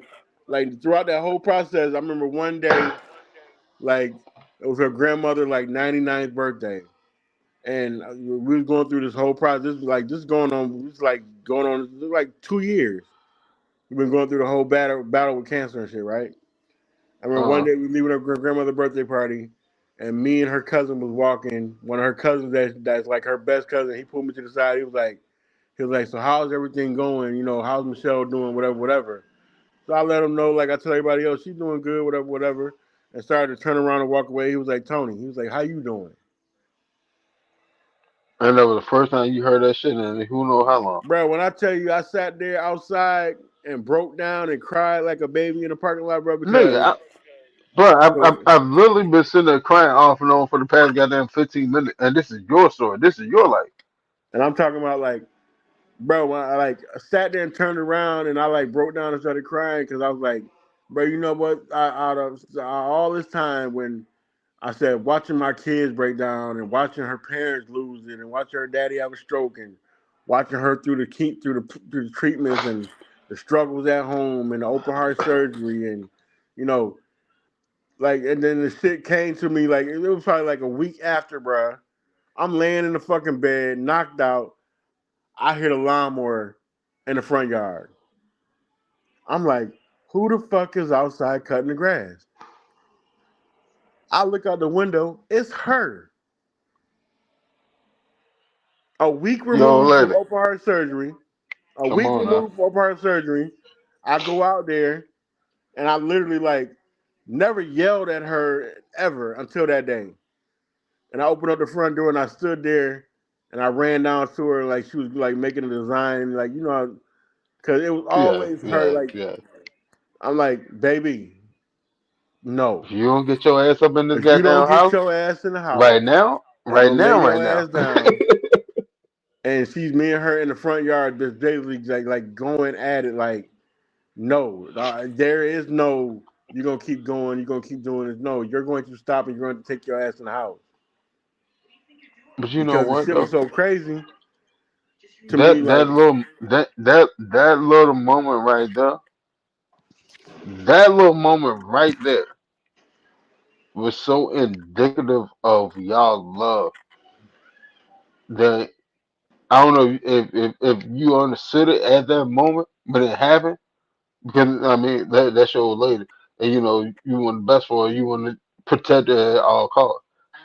But for your woman to go through what she went through, and for her to recognize what you have been going through, and to carry her ass out there to sit there and try to give you a break because you've been holding it down that damn long, my no, but see, nigga. that's just it though. My wife is the type of person where before any of this shit Hey, happened, bro. hey, Do you bro. not know? Hey, Hold on. look. As much as we are, No, I'm doing some real shit. You got one. bruh, You have, as you have what any nigga that I know, any nigga that I know, that what they search for. They wish upon their star for that. You got bruh, one, bro. this just But it go ahead. though, bruh. My own crib, bruh, and I'm talking about, you know, her being a doctor, we own a construction company. Like we got a nice ass. Like I done redid my whole crib, pool in the backyard. We got Rottweilers, the whole fucking nine. This one was living in New Jersey, big ass crib, and I'm like, baby, take your ass in the house. Up until she got cancer, bruh, I wasn't like I would go out there in the yard and like do the weed eating and cut grass and bushes and pull the weeds and shit like that. But then when it got to a point where she told me like, baby, you're not allowed to cut grass no more. And sit out there, she would literally go out there and weed. Hold on. She said you can't cut the grass no more. Hell yeah, bro. Okay. I would still go out there and try to help and shit like that, but bro, she was like, no. Like I would like bag the grass up and shit like that, but when it was you talking about somebody pull out that weed eater and be like a razor with that motherfucker, bro. Like edging shit up and like the sidewalks and the driveway, like you would think some Mexicans was out there in the yard, bro. Real talk. You would think some fucking like yard was fucking immaculate, not because of me. I'm talking about like go out there and Sick, what's going on, bro? fertilize the whole fucking nine, bro. That was just her. But you know what it was though? It was appreciation for you, and it was her like you know how like uh uh older people they sit there and say like you know what I'm saying I need to stay active, you know what I'm saying, stay Right, active, keep me alive, you know what I'm saying, and that's what she found, because she found a rhythm that you know that was lower vibrational, but she can move at her own pace and she can goddamn stay active and build her strength up. bro. But even The beyond that, crazy part it's the about love it of you. is, bro. What's going on, Sip? She was married she was married to a white dude before me and her got together, right? When I went through my divorce, me and her went through the divorce at the same time. And I remember we were like, she's always like call me, reach out to me, how you doing? Just checking on you because I was at the time I was on the road. I was driving trucks because when remember we went through that recession in 2008, I was driving trucks and shit. And she was Yeah, but I mean, she was like, yeah, I can see. She you know called me what they based, say about Papa being a roller song, yeah, she Papa called in me his hat. based on a post that I put on Facebook back in 2008 because I was so pissed off and mad at my ex-wife that I vented on Facebook one day, and she was the one that reached out to me, and she was like, "I tell you what," she said, "Why don't you try to get a load and come to New Jersey?" At the time, I was living in Atlanta, and Mm. I just went through some court shit where was like whooping my mama husband ass, and the judge told me, "Turn around, Mr. Henderson." He said, "I thank you." He said, "I appreciate your service to your country." The whole nine, but he said, "I want you to turn around and look at something." I turned around, my mom was sitting there, and that nigga was sitting there with her. He Gosh, said, "I about need you." He said, "This is like your third time coming down here." He said, "It's only two that ways shit this ain't gonna thing change. gonna end." He said, "Either you gonna be in prison, he gonna Uh huh. be dead, and you gonna be in prison, or you gonna be dead, and your mama gonna be without a son." He said, "I need you to learn how to separate And she's yourself." still gonna be, yeah, she's still gonna be with her. Right. He said, you need to learn how to separate yourself from your mother affairs." So I fucked around. My truck broke down in Daytona, not Daytona, in Dayton, Ohio. And I said, "I'm not going back home." She said, "Why don't you come see me?" Bro, when I tell you this shit was Y'all like see me, going. well, this shit was straight out of a fucking movie book, bro. I remember landing in Philly, getting a rental car. I remember pulling up in the driveway, and I'm talking about it was raining. And as pretty as this thing is, bro, raining, pouring down rain. When I pulled up in that driveway to see her come out that front door, and she was running. running. Cause we had been like talking on the phone, video chatting the whole time for like months. And when she came out of there and she hopped in my lap in the front seat of that car, bro. When I say, Hey, look, yeah, you I'm love your talking old about. lady. You love your old lady. I love your old lady for you. But it was like, but yeah, it was straight out the story. But bro, No, bro, no, every no, go day ahead. I took like a month off. I ended up spending my birthday because my birthday and Thanksgiving around the same time. It was like the day before Halloween. I stayed there from the day before Halloween all the way past Thanksgiving until I got back on the road. So I Got stayed there them. like a whole month, bro. And after that, Yo, she was like, baby, why don't you yo, just come home? I know you're a master carpenter, bro. When I came home, I'm gonna tell you how crazy this shit was. I came home. She handed me a packet. hold on. You came home to Atlanta or you came home to No, Jersey? I came home to Jersey. She Okay. said, why don't you come home? And bro, when I tell you I came home, she handed me a packet. She said, here's your business license. Castle Here's your man, come on now. She said, here's your insurance. She said, in the morning I got a surprise for you. Brand new truck, brand new work truck sitting in the driveway. And she said, we're gonna call your company. If you look on the paper, it's Mr. T's Home Improvement. I know good and goddamn well all that shit ain't happening, man. Go ahead, man. Bruh, Go ahead. bruh, Go on now. Go on now. bruh, Go on bruh, now. on everything I love. Had the little thing where Huh? the diagram made up where it was a dude like it was a picture of me, a cartoon picture of me with my tool belts and tools and shit on. And it said Mr. T's Home Improvement on the road. I'm gonna post all this shit in the group. I'm gonna show you. Dead ass. And she said, I don't need you out there on the road. She said, I need you to come home to me. Motherfucker. I tell you what, you were goddamn fool not to marry her. Yep. And that's when I'm gonna murder her as in. after Right being on the then, right road, there. bro, after being on the road for 8 years, bro, and being an owner operator at that, I got off the road, I came home and started the Your construction ass found company. home. Your And ass started found the home. construction company. And been doing the shit ever since, bro. Hey, Winston. Winston, What's going on, sir? just got you listening to the JPJ 911 tape. Huh? Just got to listen to the 911 tape. That call. Look, we get to it because like this whole show is about, you know, long story short, it's a real nigga checking. Yeah, It's the part two of, you know what I'm saying, the mental health series. So, but yeah. right now, like I mean, we talked about the JPJ tape. In all actuality, I got the JPJ tape pulled up, but uh, me and Antonio, we talking about, we talking about our lives right now, and Okay. then we'll get to the tape. Man, who the hell is out there and goddamn out there in the swamp before it's gone? No, nigga, my pool. I ain't opened up my pool yet, and the cover's still on it. And you know, I leave it filled Oh with yeah, water. they're sitting on the goddamn rug. The motherfucking frogs done got in there. I done put some chemicals in there today. The motherfuckers coming up out that bitch now. But you know, it's mating season for them bitches right now. So I'm outside smoking a blunt right now.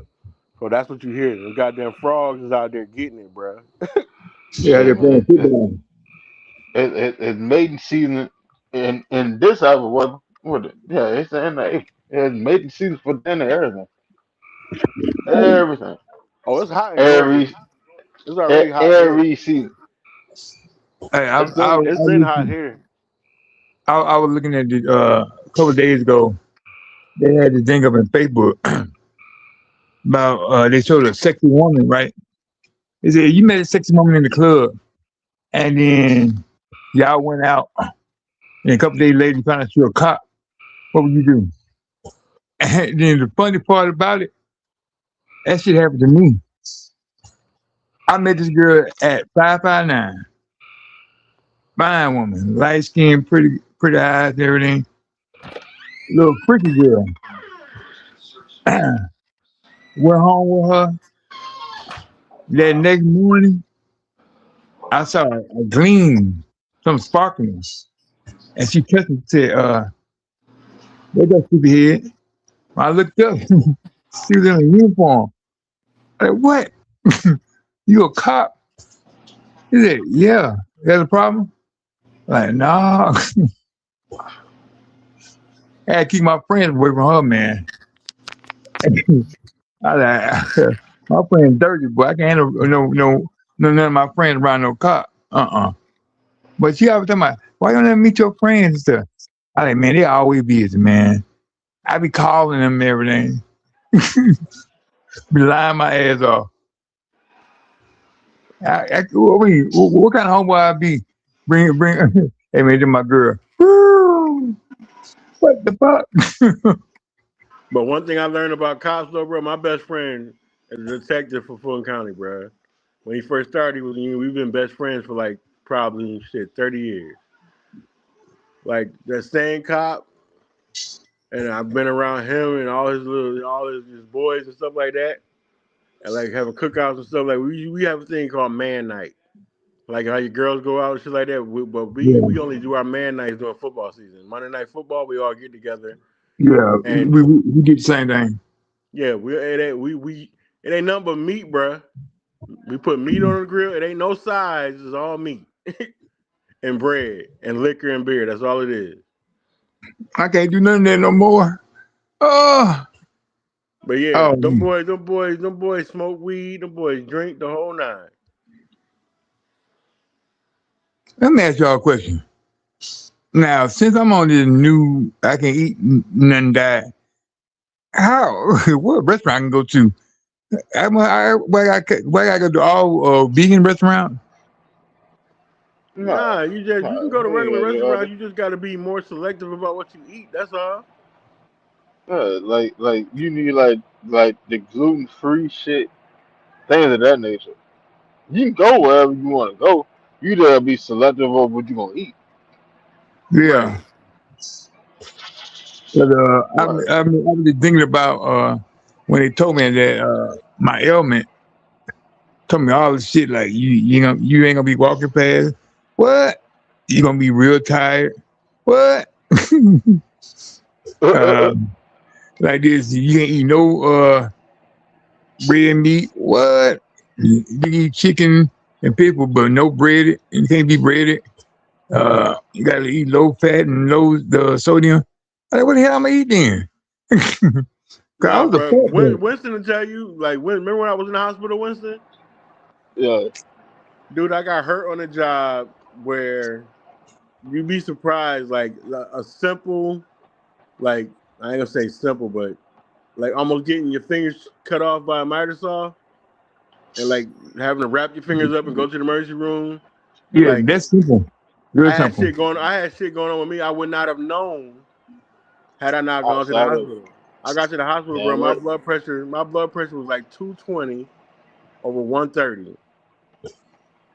And the lady was like, she was like, "Are you dizzy?" I was like, "No."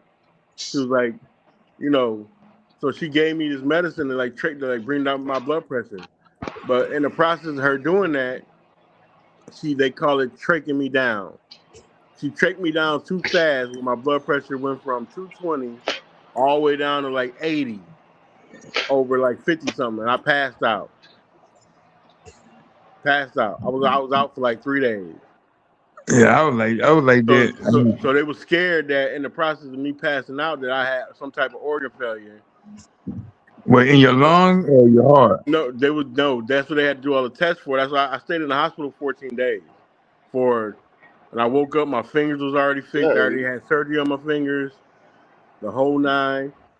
Had surgery on my fingers where they already fixed. They fixed my hand, and they got my blood pressure and shit under control. And they had to make sure I had to go do stress tests and all of that right there, to make sure that everything was functioning right. Had that bowel movements and shit like that to make sure that all my organs was working properly. But between that like, and that scared the shit out of me.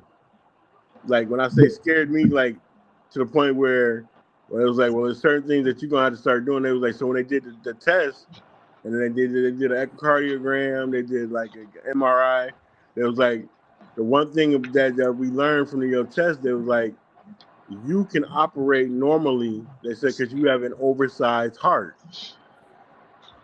so your heart was taking all of that pressure, and you was being able to function with your blood pressure being that high.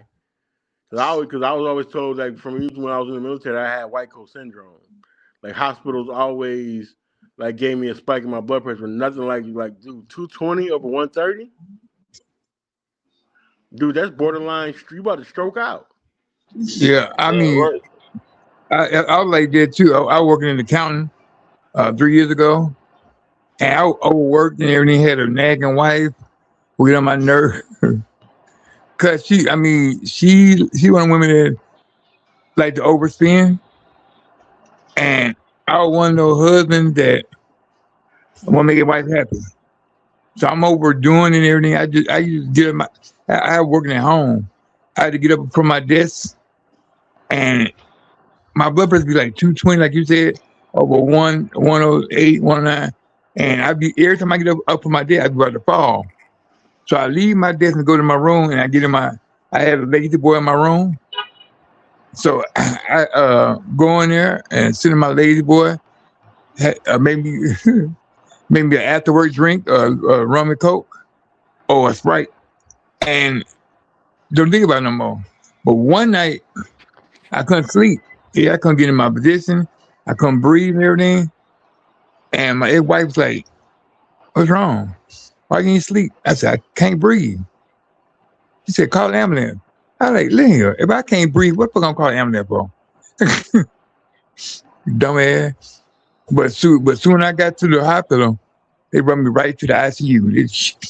And I was there like 12 days.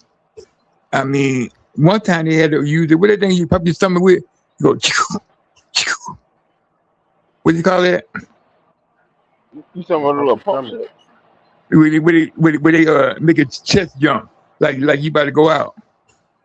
Yeah, the little pump. Yeah. The little hand pump. Yeah. Cause she was in there hollering at me about something. Now I'm in the hospital sick, and she hollered at me about something. I can't remember what we were hollering about. And then the doctor came in there and he looked at my blood. I mean, my oxygen rate. It was going down, down, down, down, down. And he said, "Lady, leave." She said, "What?" He said, "Can you leave, please?" And when he did it, all the other doctors came in and they all got around me. I'm like, "What the hell going on?" My mind thinking correctly, but my body is not. My body's breaking down. Mm-hmm. And the doctor said, "Just lay flat." And then and they put them thing cold too. He said, "Think about positive stuff. Think about positive." And he did it, and I was like, "Man." He's like, "Yeah, you're all right now." But my oxygen went from all the way up to 60. That's too high. When your oxygen put me down to like 0, you know, no, it was 57. If we would have got to 60, I would have had to put that tube in my mouth, and I would have to be in hospital. That was 3 years ago. Yeah, they were about to intubate your. Yeah, but look, this year when I went back to the hospital, I caught RSV, respiratory virus, and it caught my lung, and it wrapped around my lung, and the same thing I was going, I couldn't breathe.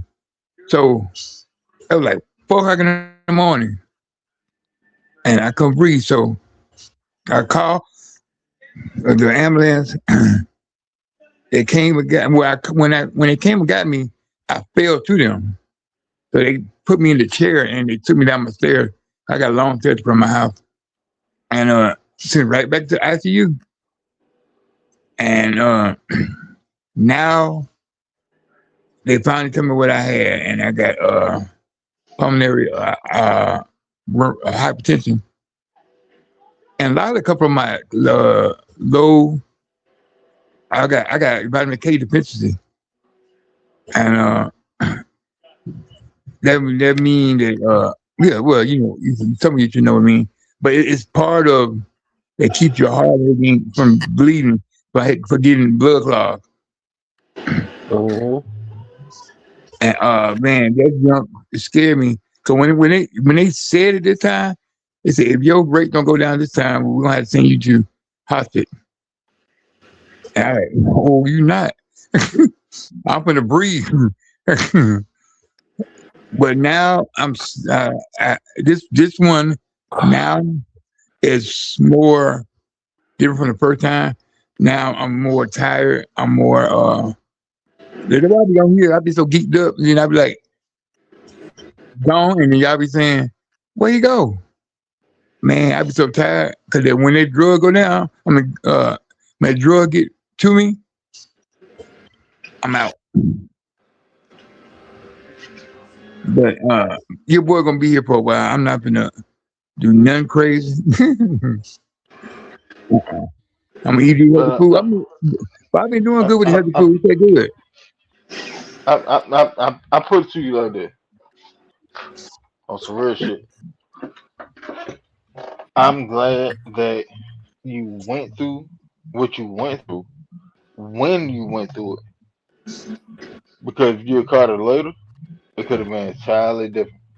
Oh yeah, the And, doctor said. and we wouldn't be having this conversation right now. Yeah, because that said they called it early. If they would call it later, I wouldn't be. I would have like less than a year to live. And now look at you. They sitting there saying, well, you can live a long life. You just got to Yeah, change your diet. they changed my diet, exercise a little bit, and Hey, you uh, already exercising. Could get your job been working 100 miles a minute. Man, on some real shit, man. I ain't gonna lie to you. Like when that night that you went to the ICU and you hopped on the show and you said there was like, hey, look, I'm gonna be gone for a little bit. I'm going to the ICU. Da. Man, hey, I promise you, I wasn't the only person that was worried that you wouldn't make it about it. oh yeah, because Cause the way they were like the whole talking. like the way that it happened. Well, not Mhm. even the way that it happened, the way it went down, and that's what what I'm saying had motherfuckers scared shit. And I put it to you like I'm glad you made it through to the other side. I'm glad that they gave you a regimen to prolong your shit talking. Your shit talking. Yeah, I want to get in there. Yeah, man. When I was Yeah, I'm happy when for you. I talked to y'all, I was crying. That cried that day when I was telling y'all that when I said this might be my last time. 'Cause I didn't know. I was Uh just huh. like, yeah, I didn't know. I didn't either. I said that I hit John up. Cause John went on the show tonight. Yeah, he wasn't. And yeah, I hit John up. Hey bro, like you got some information, internet, like we like legit, like we was sitting there trying to find like your people and shit. So we could check on you. Like shit was real. Yeah, I And mean, then only big person that close to y'all might know is Blackberry. Yeah, if y'all would have talked to Blackberry, he would have like, no, but he didn't know then. yeah, I but I mean mean, even with Blackberry, like would he have known what hospital you was in, any of that shit? now Like th- okay, Blackberry didn't know when Blackberry found out I was in the hospital. John came on the show. So I went to each show that I go with, not that same day. I like one day I do this, one day I do that, cause y'all come on different times. And Uh huh. and John came on his show, cause Blackberry had a special show, and Blackberry said, "Well, no jokes today." I said, "No, no jokes. I got a little bad news." And and then John came in like, "Is that Silk? Silk, I've been looking for you." And everybody, why you? He said, Winston told me you was sick in the hospital. You got out? I said, no, I ain't got out. I'm gonna be here for a while. I mean, I was there for like 15 days and everything. But I can feel y'all presence and everything because it's like getting better and better and better. And I hear y'all when I'm not on. Y'all say, look out for Silk and everything. People other shows.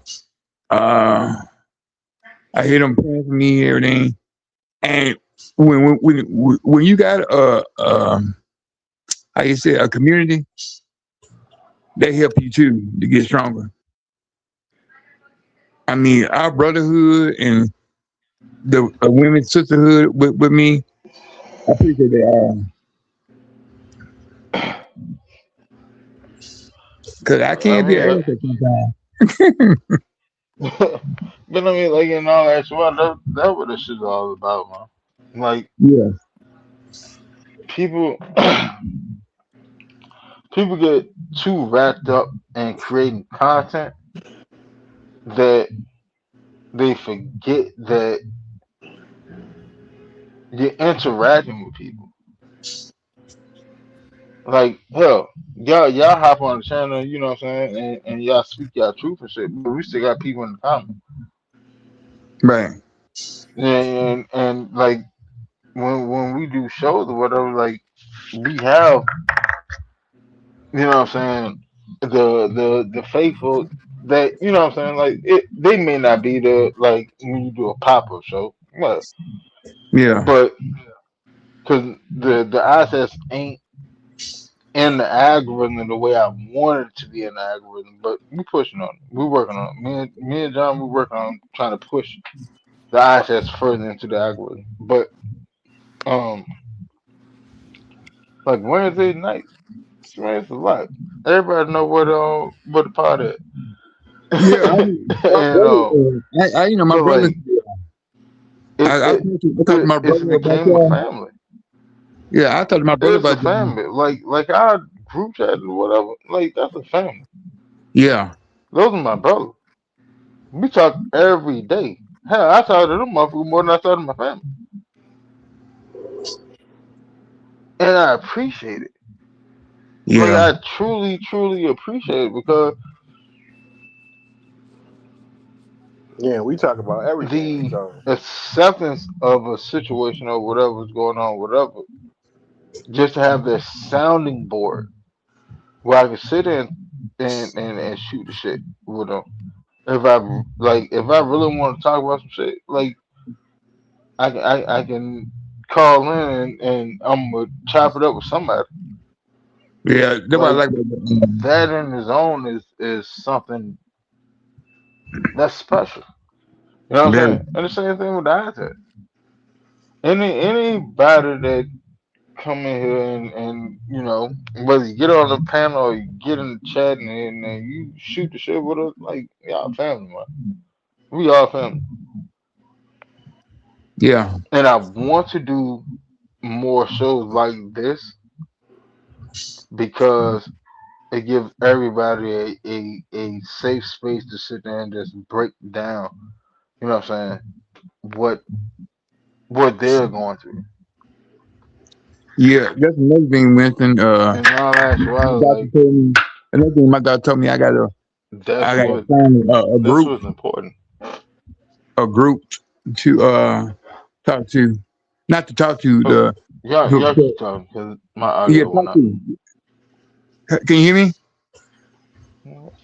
Listen,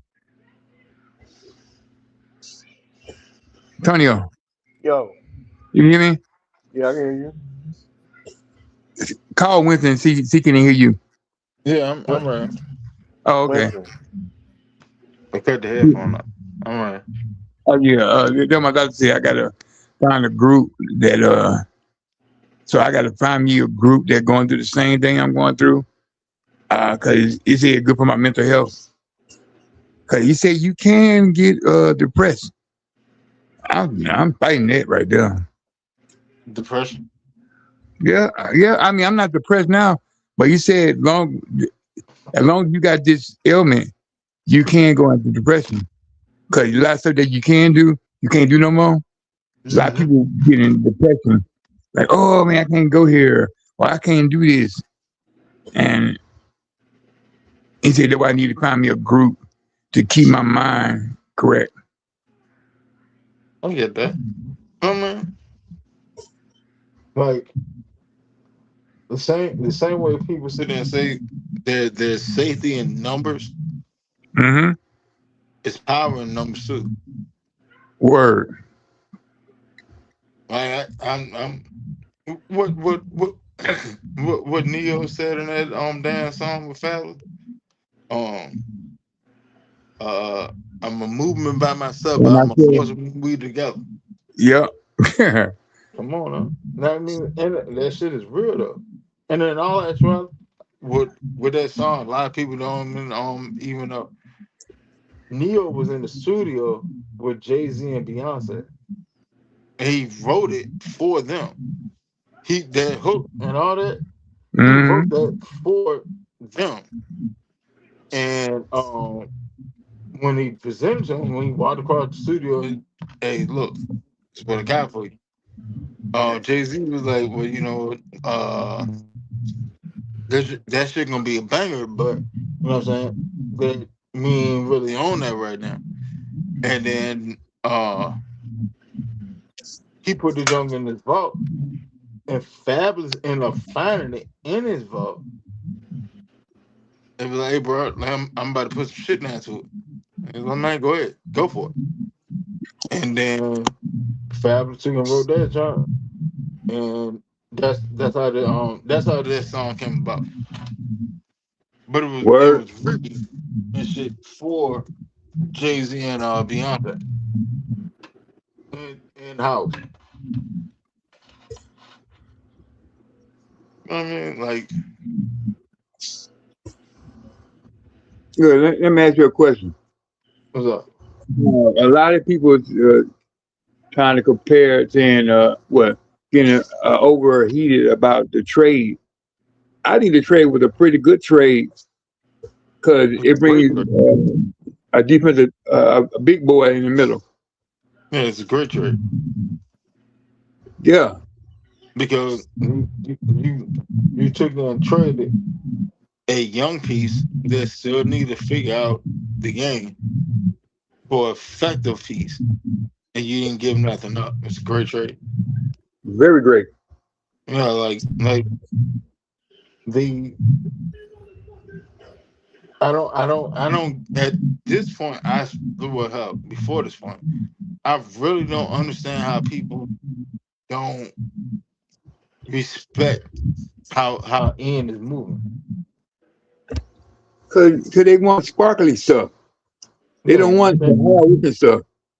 yeah, fuck all that sparkly stuff. Because if all that's rather go back to 2008,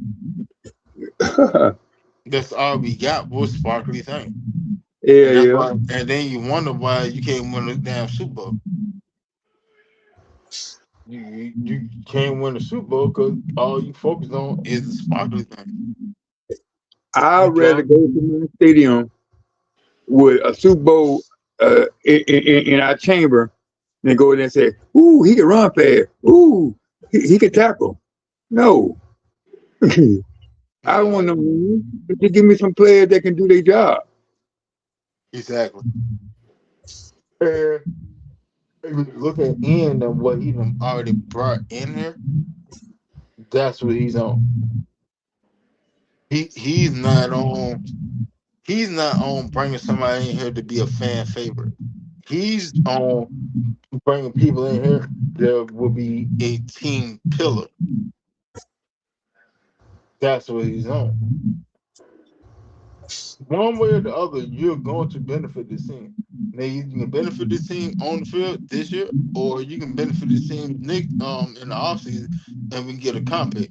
It doesn't matter. However you fucking around and benefit this team, you are going to benefit this team. And when was the last time you seen Atlanta Falcon GM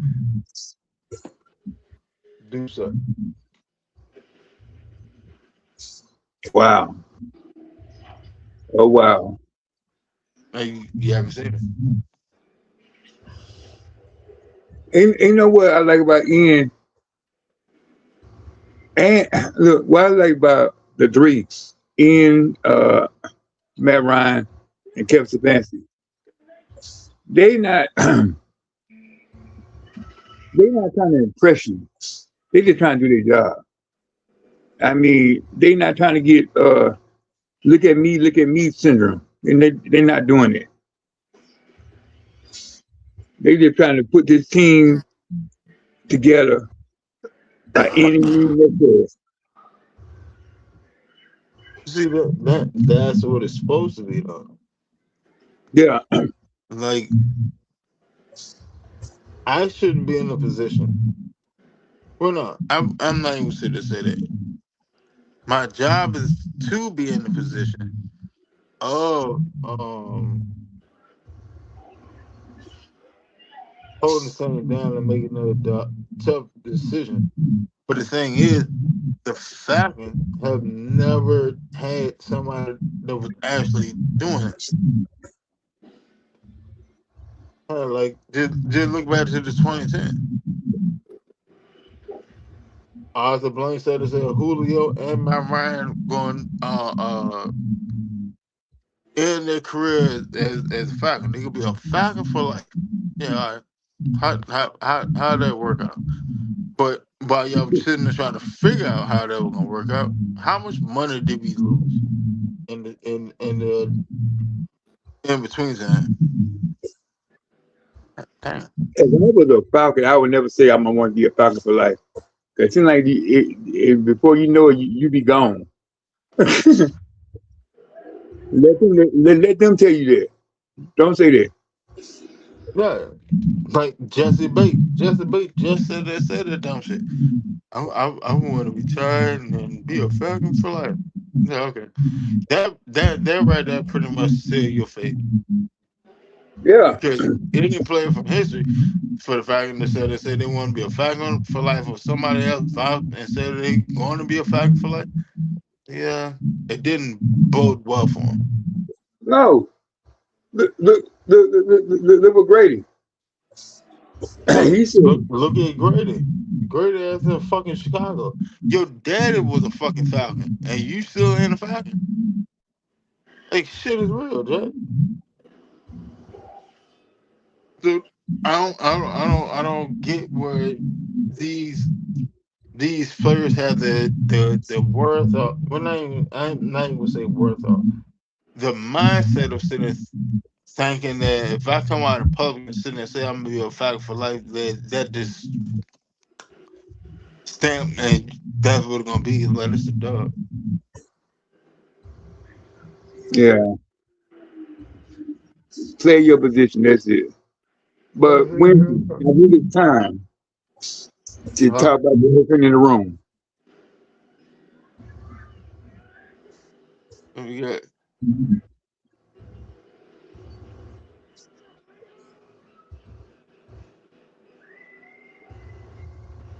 Phil. Yeah.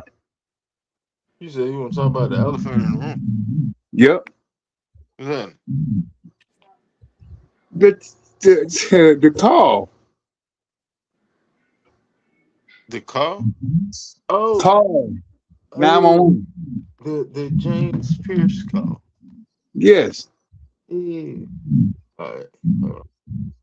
You talking about the elephant in the room. So what's they talking about? All right. Let's see. So,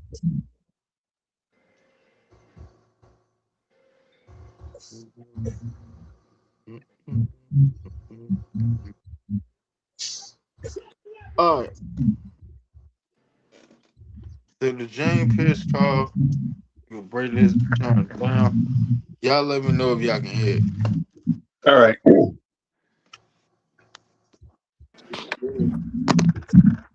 Shit. I can't hear Hold on. I ain't got it on yet. it. I'm, Oh, I'm trying. I'm trying to position it. okay. My Yeah. bad.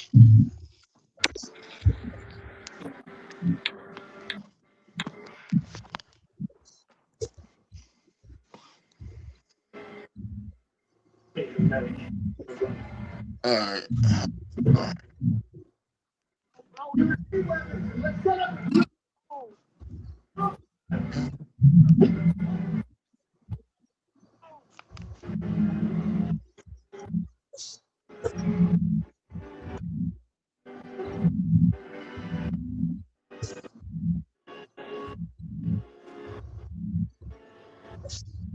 That's it.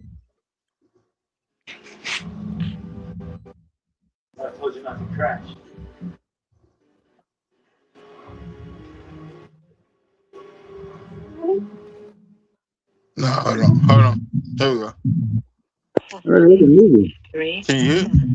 Yeah. 2026 0917 and 42 seconds. Deputy Sheriff's Office. What is Can that? you Is hear? an emergency? Yeah. Hi, I'm actually in the car. I'm on the way to the Doral Police Department. It's currently following me. Plunder. Crime audio. He's following you. Yeah, he's following me. He stalks me all the time. Like, this is insane. I'm on the way to the Doral Police Department. He's pulling up on the side of me. Can someone like meet me outside? Plunder. True crime. Like, I'm turning around because Where is it driving? he is driving insanely right now. He's driving a white Lamborghini Urus. I feel like he's literally about to run off the fucking road, sir. I don't know where I am. He's about to hit the back of my car. He's about to hit the back of my car. True crime audio. Okay, what type of vehicle Oh you my God. He's driving in front of me. I don't know what the fuck to do. One of the things students love about culinary school online. I have my weapon. Listen. What type of vehicle you're driving? He's driving in front of me. Now, can you You hear that can you motor? can you hear me? Yes. All right. Now, right here, this is about to come on. It's gonna show you how. It's gonna show you how intense the scenario is, because she's gonna sit there and put it out there. I have my weapon on me. Here we go. to do? I have my weapon. Listen. What type of vehicle you're driving? Yeah. I'm driving a gold BMW. He's literally gonna. Plunder. I don't know what the fuck to do. He's following me around, sir. I'm in the route. Like, Who are you with? Are you alone inside your vehicle? yes. Okay. And is he alone? I don't know if he's alone. What the fuck is wrong with this man? Oh my God, I cannot believe this shit. Hear that motor? Yeah, like y'all hear, like she keep pulling off of him, and you can sit there and hear him smashing his motor behind her, trying to catch up. That's crazy.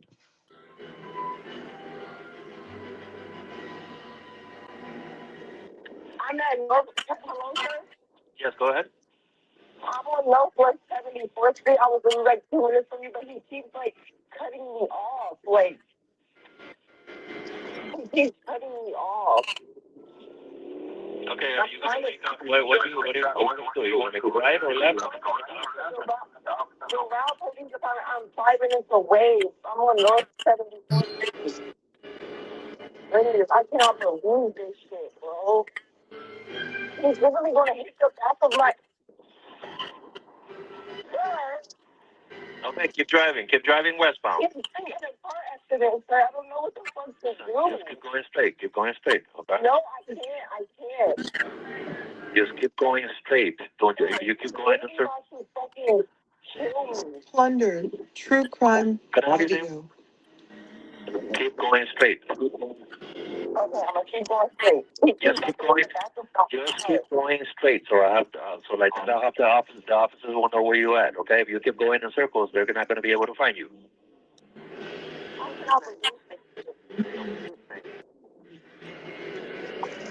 Yeah, black male or white male? Black male, 6'5".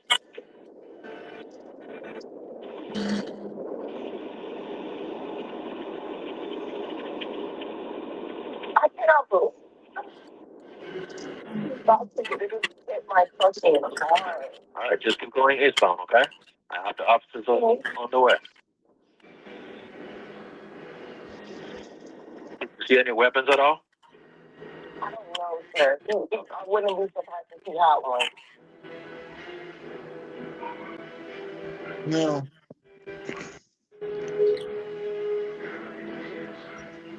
This is the point that a lot of people sit and gloss over in this. The officer asked her, "Do he have a weapon?" She said, "I haven't seen one, but I'm not surprised if he has one." Now, mind you, there was a whole scenario that happened 10 days beforehand. That where the whole hair pulling and all that stuff happened in the Uber. All that just happened 10 days before this. All right. Now, on top of that, there were other scenarios that happened before the Uber situation. But we'll keep listening to this one. He's gonna cause a freak accident. Hey, Silk. Silk, turn your volume down a little bit. Oh, just mute your mic.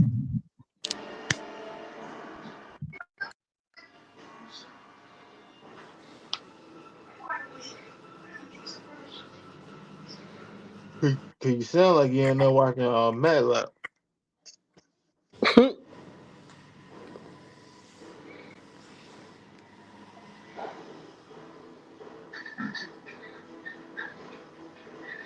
So, like, legit, like, turn down your volume and mute your mic real quick until you ready on the talk. Me? Yeah, cause we can hear everything in your background. I'm We mute. can hear your TV. I'm mute. Tonyo, Yo, mute your background then. One of y'all about to start up a movie,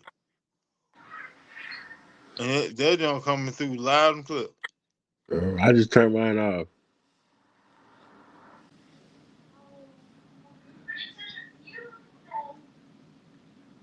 All right, here we go.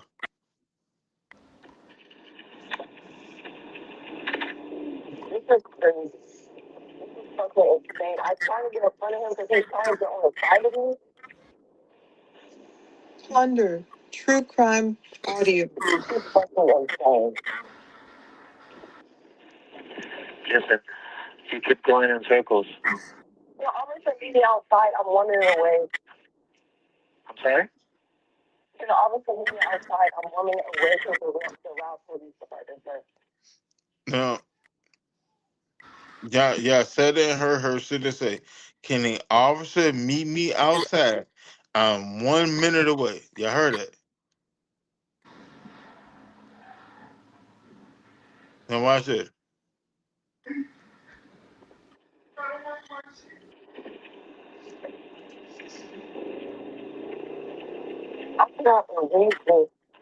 Barack Obama said there shouldn't be gerrymandering.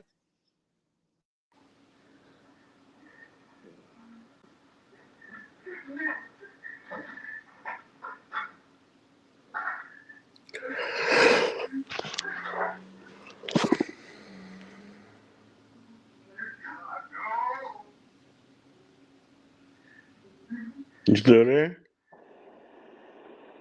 Yeah. He's still following you? Yeah, I'm trying to find the Rouse Police Department. I can't find it. He keeps like cutting me off. He keeps cutting me off, sir. Like, what do I do? I don't know where to go. Do you have my location? I have your location. Okay. Sir, I don't know how to get to you. I guess I So you're gonna go to 99th Avenue. He's literally about to run me off the fucking road, sir. I'm going to shoot him. Audio. Sir, I'm going to shoot him. Listen. Now, mind you, this whole shit started back on like 53rd, 54th, somewhere between like 52nd and 55th. And the officer, or the dispatch person, sat there and said, you had to come up to 90 if to get to the police station. And she said you So about to at a minimum, that's 35 blocks. At a minimum. and she said you about to shoot him. No, she said that she was ready to shoot him. She's Damn. already admitted that she has a gun in the car. And I said, here we go. Listen. Sir, I'm literally I need you to go to 99th Avenue. Sir. Okay. 99th Avenue. So from 55th to 99th, that's 40 blocks. That's 40 blocks. Here we go. What you do? Let's see. Go back. You pass the station. Homer, True Crime Audio. He just hit my car, sir.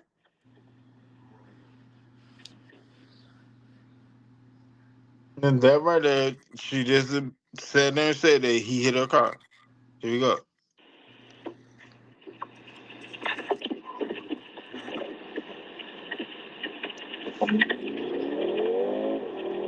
Sir, can someone text me the address? Like, what do I do? He just got out the car trying to hit me. Listen. Go back.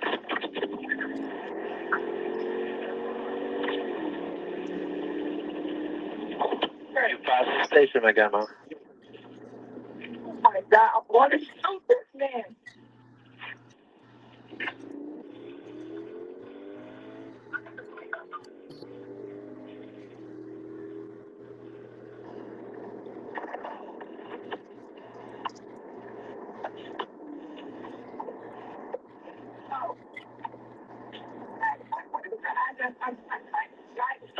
Stop right there. Make a right. Oh, you passed it again. You're supposed to make a right on 62nd Street. No, I'm on 58th Street. Okay. What Right. street? Go right. You're gonna make a right, and then you make your first right. Now, shout out to this police dispatcher for being a piece of shit.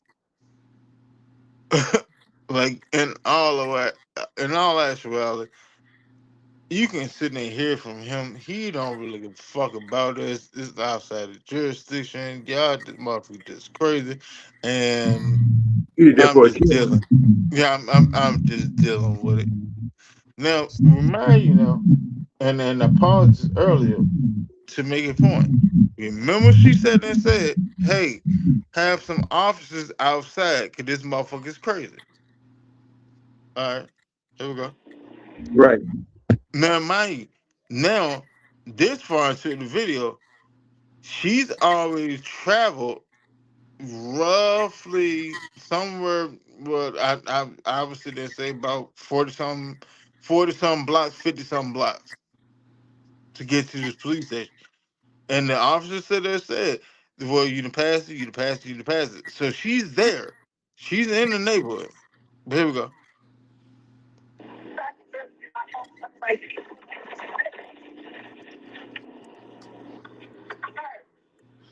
Make your first right. Make a right. Now what? Yes, now you're going to make a right on 99th Avenue. Is it, okay. That's going to be 99th Avenue. Go northbound. And you're going to stop in the first block. Okay, make a right at 99 Then what? Then what? You're gonna see the station on your left. Where? I don't see it. Keep going. I don't see it. Keep going. What's the address? Keep going. Where? Okay, it's a 6100 Northwest 99th Avenue. He's an asshole. You see it on your left. You see it right there? On your left? Not really. Go around. Go around on the first block. Make a left. Where? Because he's talking to her on the phone and he's trying to track her. Where? Tracking is not like A1 like that. True. But at the same time, too, though, she's been there. Like, she's literally running around. She's running around blocks right now. She's running around blocks to keep James above her head. And the dispatcher, if he had done what she asked him to do, all this extra shit wouldn't even happen. But here we go.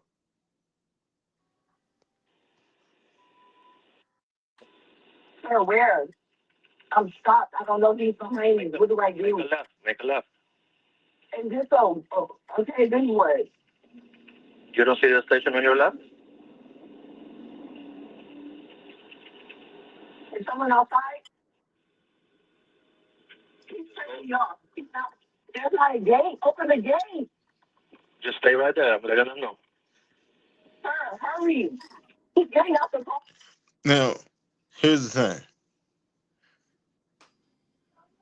thing. More than 9 minutes ago, and the highlight of this moment, she asked them, "Hey, look, I'm on the way up here.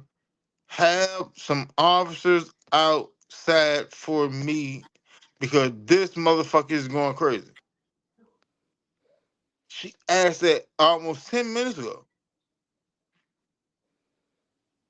So now she's here. She done got to the police station. She said that James will cut her off and he's getting out of the car. Here we go. Plunder. True crime audio. Look, he's pulling off now. Somebody needs to go get this man. Okay, just stay right there. Don't move. No, he's following me, sir. He's going to hit my fucking car. Why did you leave again? Oh, you think about out. Like, why is the fucking gate open? Now, here we go. She asked for the help. She asked for them to have officers outside. She asked for the gate to be open. She asked for them to do their job. And the dispatcher, who you can sit there clearly sit there and see, was uninterested in any other scenario. He won't go through protocol, none of the above. And then he's wondering why when a motherfucker to hop out the car with intention of harm, what you perceive with the intention of harm, coming to the car, And then you gonna ask her why did you leave again? Let's go a little bit further. Listen, stay at the station. Why would you leave the station? Trump and MAGA extremists are rigging elections, trying to steal seats in Congress. Hold on.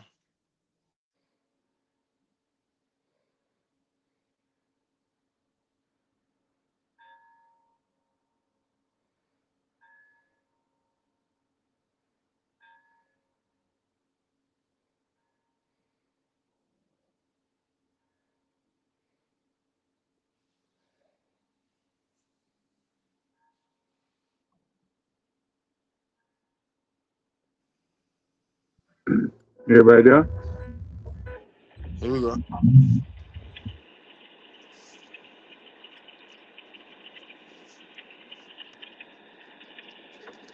Now, I was sitting there and say this. At this point, here's the confliction of the story. Because the story was that she had stopped at an intersection and he tried to hop in the car and hit her or whatever. But the 911 call sitting there says that all this happened out front of the police station.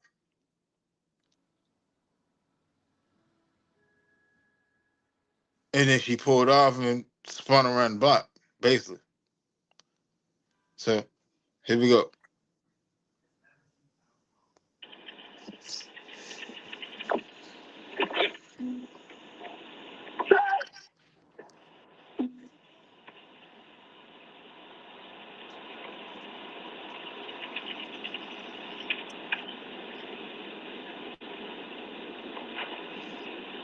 Are you going back to the station?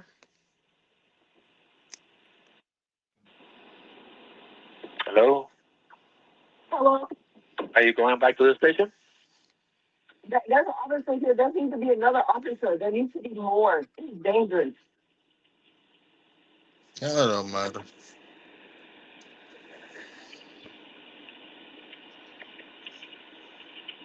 So she's there with an officer now, You hear though. me, sir? Okay. All right. So from what I'm piecing together, this is where I'm guessing this is where the whole police getting clipped by the car scenario happened, or we were right there at it. Already there? It's one, but he needs backup. I'm telling you. And he needs to go to fucking jail. Okay. Just stay inside your vehicle, okay? Put the gun away. Where you keep talking? I can't find my gun. I'm sorry?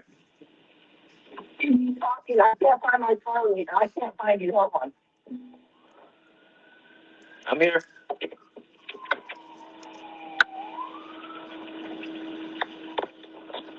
Okay, sir. There's police officers here. Thank Okay. Stay inside your vehicle. you. He just drove off. He literally just drove off, sir. Okay, man. Just stay inside your vehicle, okay? Okay. Oh my God. Did you see any weapons at all? No. What do I do? Okay. Just stay right there. They're following him. Do me a favor. Stay right there. Don't move. Should I drive into the police station? Okay. Go back to, you want me to give you I'm the gonna address drive again? into the police station. No, I know where it is now. Okay, let me let them know. Okay.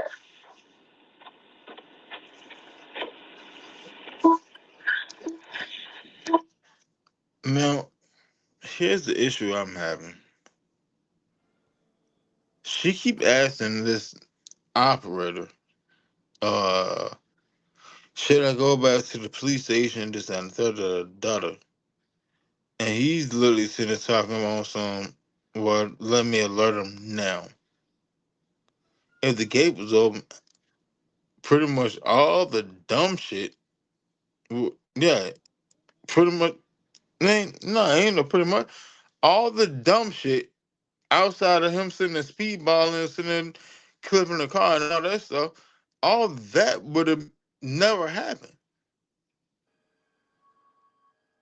When she said that he already hit her before she got to the police station.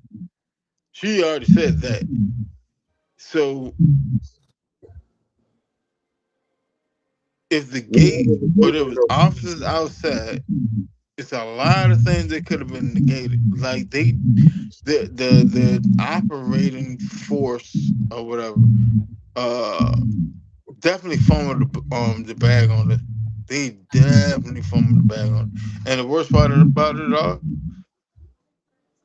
this video right here, I'm at 12 minutes and 38 seconds out of a 38 second video.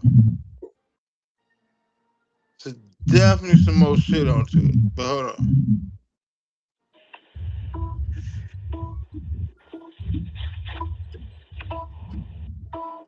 Can I open the gate, sir? Hold on, let me let them know. Okay.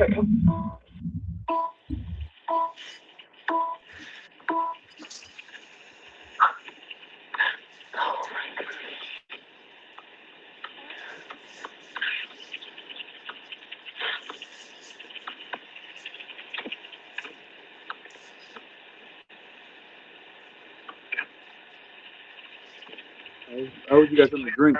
For me? Huh? I hope she got something to drink. Cause Shit. all this she went through, she needs some water or something. Yes, look. Well, let's get a little further down the road. Cause yeah, at this point she definitely dehydrated. They open the gate. Every other tablet made his attention span worse. This one fixed it. Here are Hold on.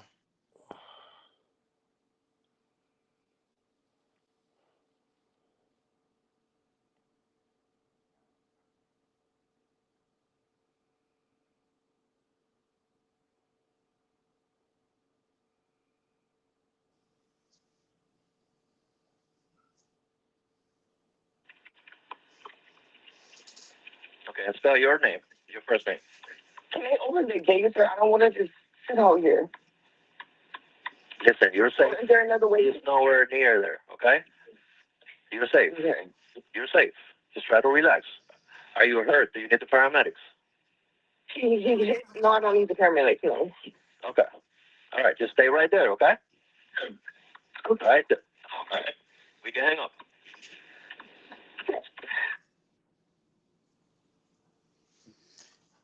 Saturday, So February 7, here you go to another caller.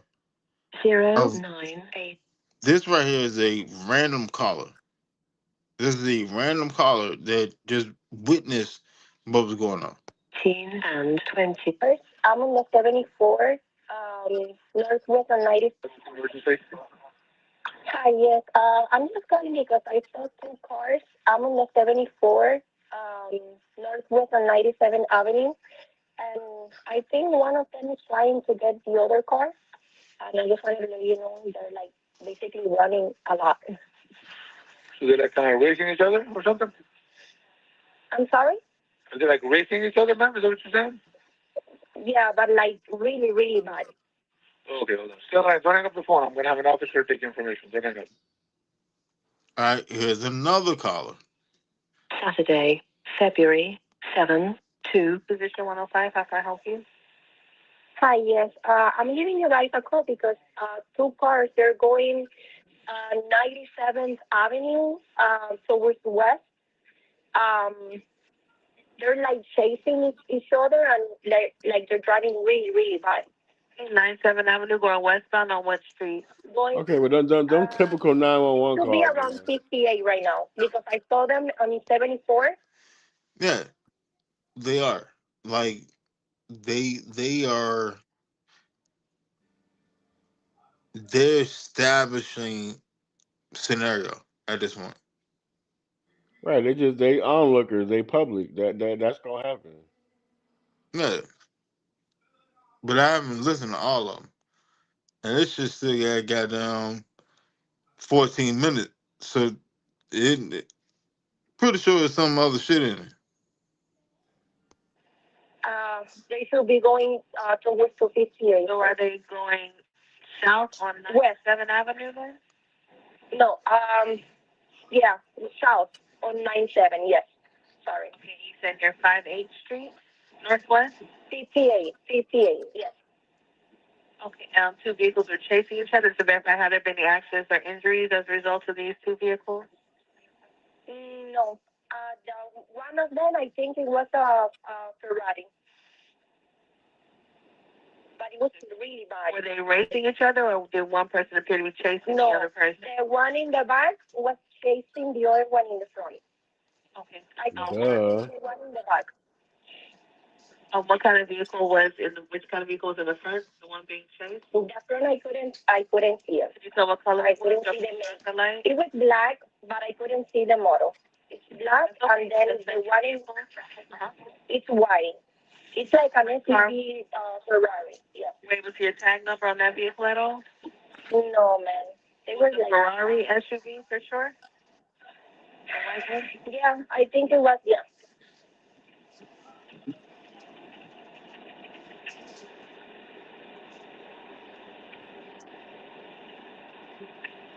Okay, and did you see the person who was driving the white vehicle, the SUV, the one doing the chasing? No.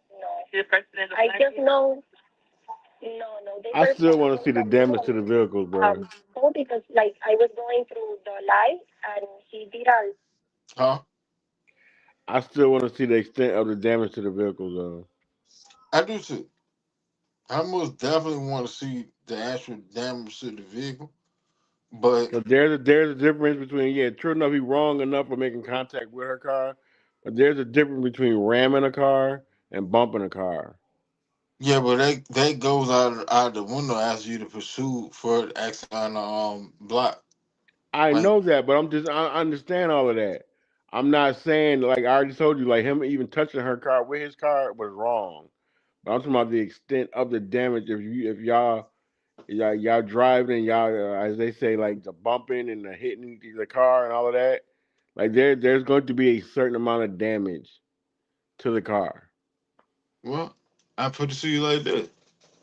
Uh, if when they go for their hearing on Thursday before the draft, 21st. no, ain't no 21st. It's the 23rd.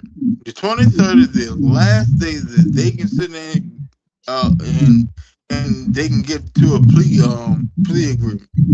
If they can't figure out a plea agreement by that moment, that shit going to trial, and it going to trial May 4th. Well, I'm pretty sure that they have a plea agreement. You know, the one thing about it is he don't want to take. You don't leave that shit up to no decision on the jury, bro.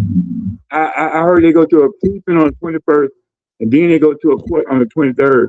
If they don't go through, then they go to a trial in May. He's gonna take the plea. He's gonna take the plea, regardless of what everybody's talking about. He's gonna take that plea, bro. Well, it depends on what the plea that they offer. Right, he's gonna take that plea. He's gonna take that plea. If the plea was in his favor, because I'm gonna be honest with you, they would have been by now they'd already offered a plea. They've already offered a plea. Like, Right, but you don't. But y'all don't know if they ain't gonna let you know if he accepted it or not until the day that day comes. Hell no, no. If you set that motherfucker today, as soon as that motherfucker gets filed into goddamn into the book, that's what it is. Right, Nah, but ain't no holding that. Like, no, they wouldn't even hold that. right, but based on dates and based on a timeline, all of that stuff, it still has to go before a judge before it's final. Well, yeah, but not really, because I'm not gonna say not really. This will be the scenario. So say that they gave him a plea tomorrow that he wanted to sell. All right, what would end up happening is if he's willing to accept it, they will put in an emergency order to the judge to go ahead, hear this shit now. You know what I'm saying, before the weekend, and go ahead and rule on it. And you can Right, but sit I'm gonna down go back. and I'm gonna go back to what I've always said. state y'all agree with it. Defendant, y'all agree with it. Okay, cool. Bye. Right, Guess what it is? but look, Like people have news tomorrow. I'm gonna go back to what I said from the very beginning. When it's all said and done, when them days come, however it work out, we will see when it comes. Like I said, nobody is condoning nothing that this man has done. Nobody's condoning that. But when it comes down to it, between his lawyers, the district attorney, and the judge, on the day that he go to court, then we all gonna find out what the hell happened. I'm guaranteed he gonna take the plea, whatever it is. And even if the district attorney got to fine tune something to satisfy his own lawyers, you know how the shit work, bro. Yeah, I know exactly how it works. I've been through too many damn times. But you know what? We have three people to answer to: Florida, NFL, Arthur Blank. No, because The thing about it is Arthur Arthur Blank Blank. got an answer to the NFL. And all actuality, James Chris ain't really got to interact with the NFLPA. Now, yeah, they're gonna have their things to say, but I think he's already spoke with them. So after that point, there's nothing more you can say they got that hold against. You kiss my ass. Yeah, Because Arthur at Blank. this Arthur point, Blank. I'm dealing with the judicial system and Arthur Blank and the Falcons. That's what I'm dealing with. And trust me, Arthur Blank them when James Pierce Jr. got them lawyers, trust and believe Arthur Blank them sent they bet to gave that man the best legal system they could give him to try to save him. And the NFL offices, as far as Arthur Blank them having to deal directly with NFL, Flowery Branch ain't nowhere. It's not that far from the NFL offices in Atlanta. But I just say, I think Arthur's gonna do like he did when he had up there. He could clean on what the court said, and he make a decision again.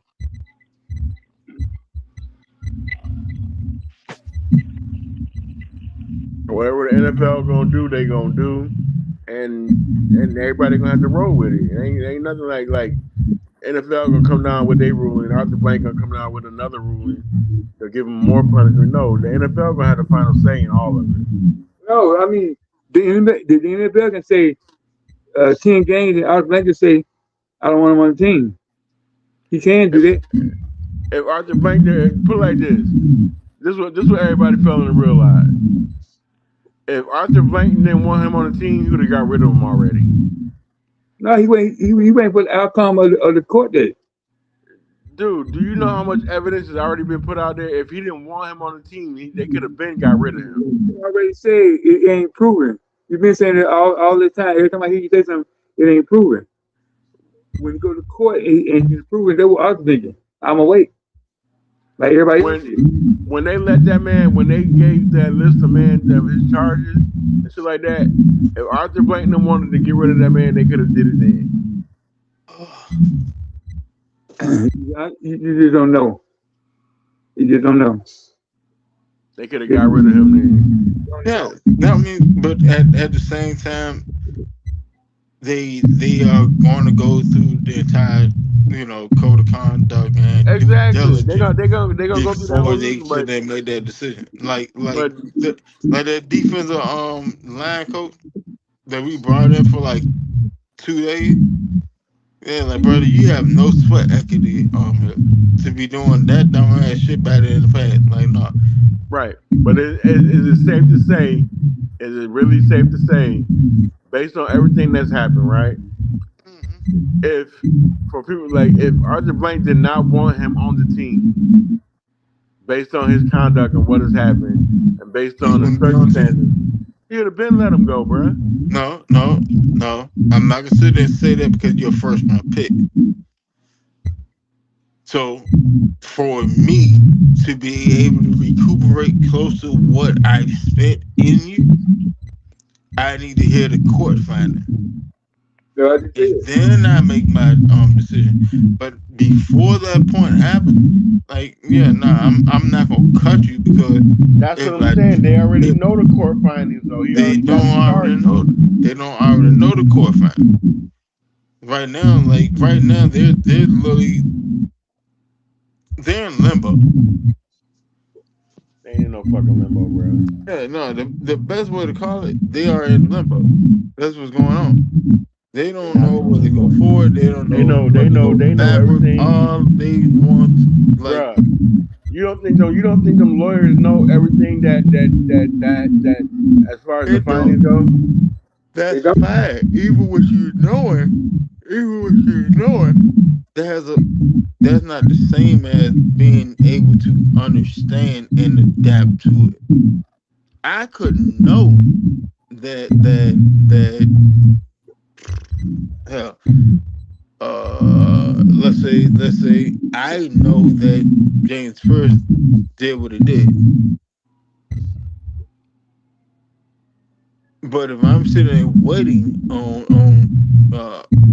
legislative actions to happen, I can sit back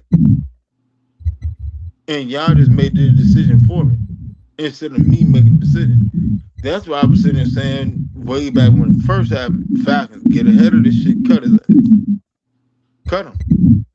You know why? Because at the end of the day, that's a stigma that even if he get found not guilty, that's a stigma that will always permeate around.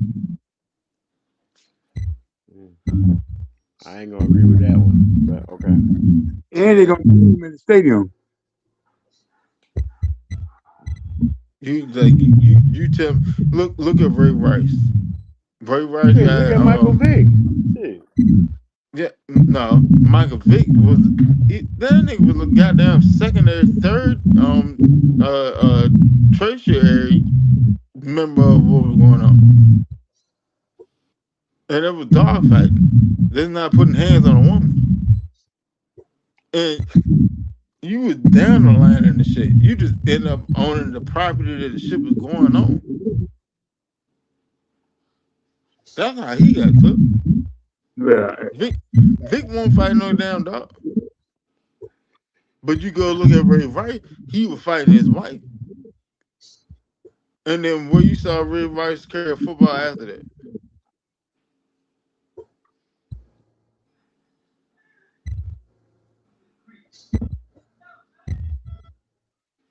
That is the truth.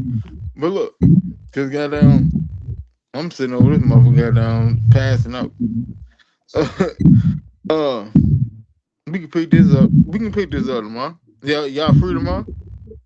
Yeah, I'm free tomorrow. Well, on the phone call scenario, I'm at 1707 out of 3938. So we can do the other half of it, or start it back over, either or. And we can do the Uber body cam call and all that. Yeah, but all the other 911 calls that they pretty much irrelevant, bro. No, because the Uber calls that they were sitting talking about, I got the body cam footage of them. Like the legit body cam footage. What time tomorrow? What time work best for y'all? Tomorrow night is fine. Tomorrow night? Y'all wanna do it around like 8? Yeah. I'll be at track meets all day tomorrow. Well, you know, I'll be here rehabbing, so I'm doing that. Alright. So y'all shoot around for 8? Yeah. Alright, bye. Hey, Sook, man, you got Facebook? Yeah. Hey, man, send me friend request. We already friends. Yeah, cause you in my you in a couple of my Blind Falcon groups on Facebook. Yeah, send me friend request and shit. How you gonna see me on there? Probably don't. Yeah, I'll be talking junk to you too. I'm the guy that handsome nigga. That's me. Oh, uh, but y'all shout out where people can find y'all and stuff. We gonna reconvene this scenario tomorrow. Let everybody know where they can find you at. Well, I gotta go see. Deshaun Caswell. On Facebook and YouTube. Man, not YouTube. Facebook, Instagram, and X. And on YouTube is Legacy. The Yeet but Silk. Legacy again. And for me, you guys for the and listen. Good night. Night, bro. Antonio. Let everybody know where they can find you at. Facebook. I'm on X. I'm on Instagram. Definitely Instagram. I got a lot of insightful stuff on Instagram. Check me out. You always see me on Facebook. You know, or you can see me at work. So that's where I'll be. Hey, bro. The Instagram jump. Like I have a Instagram, but I'm not on Instagram, so I can't sit there and see. You know what I'm saying? I gotta sit there and, like, you send me a link, I would have to go download the app and all that dumbass. Yeah, I ain't even trying to do all that.